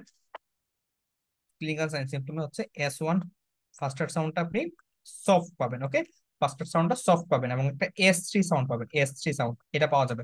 S3 সাউন্ড কিন্তু আমরা ডায়ালেটেড কার্ডিওমায়োপ্যাথিতেও পেয়েছিলাম, মনে রাখতে হবে। হ্যাঁ, অলসো ডায়ালেটেড কার্ডিওমায়োপ্যাথিতেও কিন্তু এটা S3 সাউন্ডটা পাওয়া যায়। এরপরে আস্তে আস্তে আপনার পালমোনারি ইডেমা হবে, পালমোনারি ইডেমা থেকে রাইট হার্ট ফেলিওর হতে পারে, রাইট হার্ট গুলো বড় হয়ে যেতে পারে, এরকম ঘটনাগুলো আসলে আপনি দিতে পারেন। সো এরকম অনেক অনেক কিছুই থাকতে পারে। তো এখানে আমাদের মাইট্রাল রিগার্জিটেশনের ম্যানেজমেন্ট, মাইট্রাল রিগার্জিটেশনের যদি ম্যানেজমেন্ট আসে, এটা দিয়ে খুব একটা কোশ্চেন আসে না। হার্টের শক্তি একটু বাড়াইতে হবে, এটাই জাস্ট খেয়াল রাখবেন। এবং হচ্ছে এখানে আমাদের কি করতে হবে, যে পেশেন্টের যদি হাইপার টেনশন থাকে, হাইপার টেনশনটাকে একটু ম্যানেজ করার চেষ্টা করব, পেশেন্টের যদি এএফ থাকে এএফ ম্যানেজ করার চেষ্টা করব, এরকম কিছু না। মূল ম্যানেজমেন্ট হচ্ছে মাইট্রাল ভালভকে রিপেয়ার করা। ঠিক আছে, মাইট্রাল ভালভ রিপেয়ার করা, এটা হচ্ছে এখানে মূল চিকিৎসা। আচ্ছা, তাহলে এটা আমরা শেষ করলাম। এবার আসছে হচ্ছে এওরটিক স্টেনোসিস। এওরটিক স্টেনোসিস এটা একটু খুবই ইম্পর্টেন্ট দিয়ে পড়বেন, কারণ এওরটিক স্টেনোসিস থেকে মোটামুটি কোশ্চেন আসে, ভালো পরিমাণে কোশ্চেন আসে এওরটিক স্টেনোসিস থেকে। তাহলে প্রথম কথা হচ্ছে, এওরটিক স্টেনোসিস এর অনেকগুলো অ্যাসোসিয়েশন আছে। এওরটিক স্টেনোসিস যাদের থাকে তাদের আরো কিছু রোগ থাকতে পারে, সেই অ্যাসোসিয়েশন গুলো অবশ্যই আমাদেরকে ভালো করে মাথায় রাখতে হবে, যে কোন কোন রোগের সাথে এওরটিক স্টেনোসিস থাকতে পারে। এক নম্বরে এওরটিক স্টেনোসিস থাকতে পারে হচ্ছে কোয়ার্কটেশন অফ দা এওরটার সাথে। কোয়ার্কটেশন অফ দ্য এওরটা আবার টার্নার সিনড্রোমে কিন্তু খুবই কমনলি পাওয়া যায়। হ্যাঁ, সো টার্নার সিনড্রোমে কিন্তু এটা কোয়ার্কটেশন অফ দ্য এওরটা থাকে, এবং যাদের কোয়ার্কটেশন অফ দ্য এওরটা থাকে তাদের কি থাকে, এওরটিক স্টেনোসিস থাকে। হ্যাঁ, এরপর এওরটিক স্টেনোসিস এর একটা বড় কারণ হচ্ছে bicuspid aortic valve. Bicuspid aortic valve এটাও কিন্তু টার্নার সিনড্রোমে থাকতে পারে। তিন নাম্বার হচ্ছে যাদের এওরটিক স্টেনোসিস থাকে তাদের কি থাকতে পারে, micro angiopathic haemolytic anaemia. Micro angiopathic haemolytic anaemia. So এইটা আসলে কেন হয়, মাইক্রো এনজিওপ্যাথিক হিমোলাইটিক এনিমিয়াটা কেন হয়, যে তার তো এদিক দিয়ে যখন ব্লাডটা বের হবে, এই জায়গাটা তো অনেক নেরো হয়ে গেছে। সো এই নেরো দিয়ে যখন আরবিসি গুলো বের হইতে চায়, এই আরবিসি গুলো সব ভেঙে ভেঙে যায়, আরবিসি গুলো ডিস্ট্রাকশন হয়ে যায়। ওকে, so micro angiopathic haemolytic anaemia আমরা পেতে পারি। ওকে, আরেকটা হচ্ছে যে স্মল বাউলে, হ্যাঁ, তার এনজিও ডিসপ্লেসিয়া হয়, এনজিও ডিসপ্লেসিয়া হয়। তাহলে কোন একটা মানুষের যদি আপনি এনিমিয়া চিন্তা করেন, যে একটা পেশেন্ট অ্যাওরটিক স্টেনোসিস নিয়ে এসেছে, aortic stenosis with anaemia, iron deficiency anaemia. So এই এনজিওডিসপ্লেসিয়াতে একটা মানুষের আয়রন ডেফিসিয়েন্সি এনিমিয়া হবে। যদি iron deficiency anaemia plus aortic stenosis থাকে, তাহলে আপনি বুঝবেন যে তার কি, তার এনজিওডিসপ্লেসিয়া হয়েছে। এবং এইটা আপনার এমআরসিপির জন্য খুবই হাই ইয়েল্ড একটা ইনফরমেশন। হ্যাঁ, এমআরসিপি তে এটা আপনি অনেক অনেক কোশ্চেন পাবেন, অনেক অনেক কোশ্চেন পাবেন, এবং এইটাকে আমরা বলি হচ্ছে হেইট সিনড্রোম। এটা এখনো এফসিপিএস এ দেয়া নাই, বা যে কোনো সময় দিয়ে দিতে পারে। আর অটিমে হিমোলাইটিক এনিমিয়া পাইলেও তো আপনি এনিমিয়া তো পাচ্ছেনই, এনিমিয়ার পাশাপাশি হিমোলাইসিসের সাইন গুলো আপনি পাবেন, বিলিরুবিন বেশি দেখবেন, বা আপনি সেল গুলো দেখবেন যে সিস্টোসাইট পাইতে পারেন। হ্যাঁ, পেরিফেরাল ব্লাড ফিল্মে এরকম একটা কথা আপনাকে বলে দিবে। এনজিও ডিসপ্লেসিয়াতে আপনাকে বলবে হচ্ছে মেলে না হচ্ছে তার তার ব্লাডের সাথে স্টুল যাচ্ছে, বা স্টুলের সাথে ব্লাড যাচ্ছে, অথবা অকাল্ট ব্লাড টেস্ট পজিটিভ, এরকম কিছু একটা কথা বলবে, বলে আপনাকে এনজিও ডিসপ্লেসিয়ার দিকে একটু ঘুরাই দিবে। তাহলে এই জায়গাগুলো আমাদেরকে খেয়াল রাখতে হবে, কারণ পরীক্ষাতে আপনাকে বিভিন্ন ভাবে কোশ্চেন দিয়ে স্যাররা আসলে যাচাই করতে পারে যে আপনি আসলে এওরটিক স্টেনোসিসের সাথে এই ব্যাপারগুলো জানেন কিনা। তাহলে এওরটিক স্টেনোসিসের একটা পেশেন্ট সবচেয়ে প্রথমে আমাদেরকে কিভাবে প্রেজেন্ট করতে পারে, এওরটিক স্টেনোসিসের পেশেন্ট গুলো মনে রাখতে হবে যে প্রেজেন্টেশনের ক্ষেত্রে তারা খুবই সেড থাকে। সেড মানে কি, সেড মানে হচ্ছে তিনটা জিনিস: সেড, সিনকোপি, দুই নম্বর হচ্ছে অ্যানজাইনা, তিন নম্বর হচ্ছে ডিসনিয়া। মানে এফোর্ট, কোন একটা কাজ করতে গেলে তার শ্বাসকষ্ট হচ্ছে, বুকে ব্যথা হচ্ছে, অজ্ঞান হয়ে গেছে, সিনকোপি, অ্যানজাইনা এবং হচ্ছে ডিসনিয়া। এই তিনটা থাকলে অ্যাওরটিক স্টেনোসিস চিন্তা করে ফেলবেন। ফ্যামিলি হিস্ট্রি যদি থাকে পাশাপাশি, তাহলে আপনি এইচওসিএম এর কথা ভাবতে পারেন। এই তিনটা হচ্ছে তার মূলত প্রেজেন্টেশন। ওকে, এরপরে সাইন সিমটমের ক্ষেত্রে আমাদের এখানে মনে রাখতে হবে যে S4 heart sound. S4 heart sound is very very very very important. S4 heart sound আমরা কোথায় পাই, এএস এ পাচ্ছি। S4 হার্ট সাউন্ড কোথায় পাচ্ছি, এএস এ পাচ্ছি। হ্যাঁ, কারণ এখানে ভেন্ট্রিকলটা খুব ঠিক থাকে, তো এর চেয়ে খুব জোরে কন্ট্রাকশন করে S4 হার্ট সাউন্ড পাওয়া যায়। এবং এই S4 হার্ট সাউন্ডটাই হচ্ছে তার marker of severity. Okay, S4 heart সাউন্ডটা হচ্ছে marker of severity. S4 heart sound থাকলে আমরা বুঝবো যে এটা সিভিয়ার মান। ওকে, দুই নম্বর কথা হচ্ছে এটার কজ যদি আপনি চিন্তা করেন, এই কজ হচ্ছে আপনার এইজ। কজের সাথে এজ গুরুত্বপূর্ণ। 65 বছরের কম এজ হলে এটা হচ্ছে বাইকাসপিড এওরটিক ভালভ, আর এজ যদি 65 বছরের বেশি হয় তাহলে হচ্ছে ক্যালসিফাইড। হ্যাঁ, ক্যালসিফাইড, ক্যালসিফাইড এওরটিক ভালভ। এই দুইটা কথা খুবই মাথায় গেঁথে নিতে পারেন, কারণ এইরকম ভাবে এটা থেকে আপনাকে বিভিন্ন রকম কোশ্চেন করবে। মারমার কি পাবেন, ইজেকশন সিস্টেমিক মারমার, এগুলো আপনারা জানেন। এবং এখানে লেফট ভেন্ট্রিকলটা কি হবে, আস্তে আস্তে হাইপারট্রফি হবে। হ্যাঁ, এই S4 এর কারণ কি, লেফট ভেন্ট্রিকুলার হাইপারট্রফি, এটাও খেয়াল রাখতে পারেন যেখানে লেফট ভেন্ট্রিকুলার হাইপারট্রফি হবে। ওকে, এরপরে এওরটিক স্টেনোসিসের আরো ক্লিনিক্যাল ফিচার নিয়ে আরো কিছু কোশ্চেন করবে, যেমন এখানে পালস কেমন হবে আপনি যদি চিন্তা করেন পালস। সো পালসে এওরটিক স্টেনোসিসটা যেরকম এইরকম, সো পালসটা আসলে এরকম হবে, এটাকে আমরা বলতে পারি যে স্লো রাইজিং পালস। পালসটা কি হবে? স্লো রাইজিং পালস হবে, এরপর আস্তে আস্তে আবার কমে যাবে। এবং 2 নম্বরে মারমারটাও এরকম, এই মারমার, এই হঠাৎ করে মারমার তীব্রতা বেড়ে যাচ্ছে আবার কমে যাচ্ছে, এটাকে অনেকে বলে যে মারমারের তীব্রতাটা বাড়লো বেড়ে আবার মারমারের তীব্রতাটা কমে গেল, এটাকে বলা হয় ক্রিসেন্ডো, ক্রিসেন্ডো ডিক্রিসেন্ডো প্যাটার্ন। ওকে, এটা কোথায় পাওয়া যাচ্ছে? এটাও কিন্তু এএস এ পাওয়া যাচ্ছে। সো এএস এর এই ফাইন্ডিং গুলো আপনাকে খুবই খুবই ইম্পর্টেন্সের সাথে দেখতে হবে, হ্যাঁ। এবং এই যে তার পালসটা আস্তে আস্তে স্লো রাইজিং পালস হচ্ছে, স্লো রাইজিং পালসের সাথে সাথে দেখবেন যে তার সিস্টেমিক ব্লাড প্রেশার এবং ডায়াস্টলিক ব্লাড প্রেশারের মধ্যে পার্থক্যটা কম হয়ে যাবে। সো তার ক্ষেত্রে যেটা হবে যে ডিক্রিসড পালস প্রেশার, মানে আপনি মনে রাখতে পারেন যে তার নেরো পালস প্রেশার পাওয়া যাবে। সো এটা খুবই গুরুত্বপূর্ণ, পালস প্রেশার দিয়ে আমরা এওরটিক রিগার্জিটেশন এবং এওরটিক স্টেনোসিসকে আলাদা করতে পারি। সো পালস প্রেশার কমলে এএস, আর পালস প্রেশার যদি বেড়ে যায় তাহলে হচ্ছে এআর। ওকে, এটা কিন্তু খুবই একটা ডিফারেন্সিয়েটিং পয়েন্ট হিসেবে আমাদের কাছে আসবে। স্লো রাইজিং পালস, ক্রিসেন্টো ডিক্রিসেন্টো মারমার এরকম ঘটনা আপনি পাবেন। এরপরে আপনি এখানে মনে রাখতে পারেন যে ইজেকশন সিস্টেম মারমার পাচ্ছেন যেটা রেডিয়েশন হচ্ছে। এপেক্স বিট, এপেক্স বিটটা এখানে কি পাওয়া যাবে? এপেক্স বিট এইটা একটু হিভিং পাওয়া যাবে, যেহেতু এপেক্স বিটটা কি হয়ে গেছে, একটু মোটা হয়ে গেছে, সো এপেক্স বিটটা হিভিং পাওয়া যায়। ইভেন এপেক্স বিটটা ডিসপ্লেস পাওয়া যেতে পারে। হ্যাঁ, ওকে, হিভিং এবং হচ্ছে ডিসপ্লেসড এপেক্স বিট পাওয়া যেতে পারে। ফাইন, তাহলে এই কথাগুলা আমরা অবশ্যই পরীক্ষাতে খেয়াল রাখবো। পরীক্ষাতে আসলে এই রকম ভাবে এই যে কোনো একটা ক্লু থেকে আমাদের কোশ্চেন আসবে, বিশেষ করে clinical features of aortic stenosis, এখান থেকে আপনার অনেক অনেক কোশ্চেন আসার সম্ভাবনা আছে। আচ্ছা, দেন এইখানে আসলে আমাদেরকে ম্যানেজমেন্টে খুব একটা কিছু দরকার নেই। ম্যানেজমেন্টের ক্ষেত্রে আমাদের জাস্ট মনে রাখতে হবে যে এই পেশেন্টে আমরা দেখবো যে পেশেন্টের সিমটম আছে নাকি নাই। যদি পেশেন্টের সাইন সিমটম থাকে তাহলে আসলে ভাই এইখানে কিছু করার নাই, আপনাকে এওরটিক ভালভ রিপ্লেস করতে হবে। যদি সাইন সিমটম থাকে তাহলে এওরটিক ভালভ রিপ্লেসমেন্ট করা ছাড়া কোনো গতি নাই। আর যদি সিমটোমেটিক থাকে, তার মানে তার সিমটম আপাতত নাই, তাহলে আপনি কি করবেন? তাহলে আপনার কাছে কিছু অপশন আছে। তখন আপনি দেখবেন যে আসলে তার কি মানে সিভিয়ারিটি কেমন। যদি দেখা যায় যে তার সিভিয়ারিটি অনেক বেশি, যেমন এই যে S4 সাউন্ড পাওয়া যাচ্ছে, তার সিনকোপ হচ্ছে, তার এনজাইনা হচ্ছে, এইরকম ঘটনা যদি থাকে, তখন আমরা এটাকে এক্সচেঞ্জ মানে চেঞ্জ করে ফেলবো, ঠিক আছে। তো এটা একটা করা যেতে পারে, অথবা অনেক সময় এওরটিক ভালভিওলোপ্লাস্টি করা যেতে পারে। এওরটিক ভালভিওলোপ্লাস্টি করার একটা সুযোগ আছে, যারা সার্জারি করতে পারছে না। সার্জারি করতে না পারলে এওরটিক ভালভিউলোপ্লাস্টি। আর এখানে আমরা দেখবো হচ্ছে সিভিয়ারিটি দেখে, সিভিয়ারিটি দেখে এসেস করে দরকার হলে আমরা রিপ্লেসমেন্টের দিকে যাব, ঠিক আছে। সো এই হচ্ছে ইম্পর্টেন্ট কিছু কথাবার্তা। রিপ্লেসমেন্ট করলে এই পেশেন্ট গুলো বেশিরভাগ ক্ষেত্রেই ভালো হয়ে যাচ্ছে, হ্যাঁ। আর বয়স্ক মানুষের তো আসলে দেখা যাচ্ছে রিপ্লেসমেন্ট করার পর তার কিছু সিমটম থেকে যেতে পারে। আচ্ছা, এবারে আমরা আসি হচ্ছে এওরটিক রিগার্জিটেশন। সো এওরটিক রিগার্জিটেশনও আপনাকে সেই শুরুতে কি জানতে হবে? অ্যাসোসিয়েশন জানতে হবে। কারণ এই অ্যাসোসিয়েশনের সাথে ডেভিডসনের বক্স আছে, এবং এই বক্সটাও এই যে লাল কালি দিয়ে লিখেছে, তার মানে কি খুবই গুরুত্বপূর্ণ। ওকে, তাহলে এওরটিক রিগার্জিটেশনে কার কার সাথে সম্পর্ক আছে? এওরটিক রিগার্জিটেশনে প্রথমে মনে রাখতে হবে এএস। এই এএস মানে কি? এএস মানে হচ্ছে অ্যাঙ্কাইলোসিং স্পন্ডাইলাইটিস, ঠিক আছে। সো অ্যাঙ্কাইলোসিং স্পন্ডাইলাইটিস এর সাথে এওরটিক রিগার্জিটেশনের খুব বড় সম্পর্ক আছে। এরপরে আরেকটা গুরুত্বপূর্ণ শব্দ, সেটা হচ্ছে মারফান। মারফান, ঠিক আছে। সো মারফান আসলে এই নাম থেকে আপনি মনে রাখবেন, মারফানে MAR, মানে মাইট্রাল রিগার্জিটেশন করতে পারে, এওরটিক রিগার্জিটেশন করতে পারে, দুইটাই কে করতে পারে? মারফান করতে পারে। সো মারফানের হিস্ট্রিটা আসলে এরকম দেয় যে একটা মানুষ অনেক লম্বা লম্বা, তার আঙ্গুলগুলো বড়, হ্যাঁ, এরকম থিন লং ফিঙ্গার, এই জিনিসগুলো একটা নাম আছে, এটাকে বলা হয় স্ক্লেরোডেক্টাইল। স্ক্লেরোডেক্টাইল, ওকে।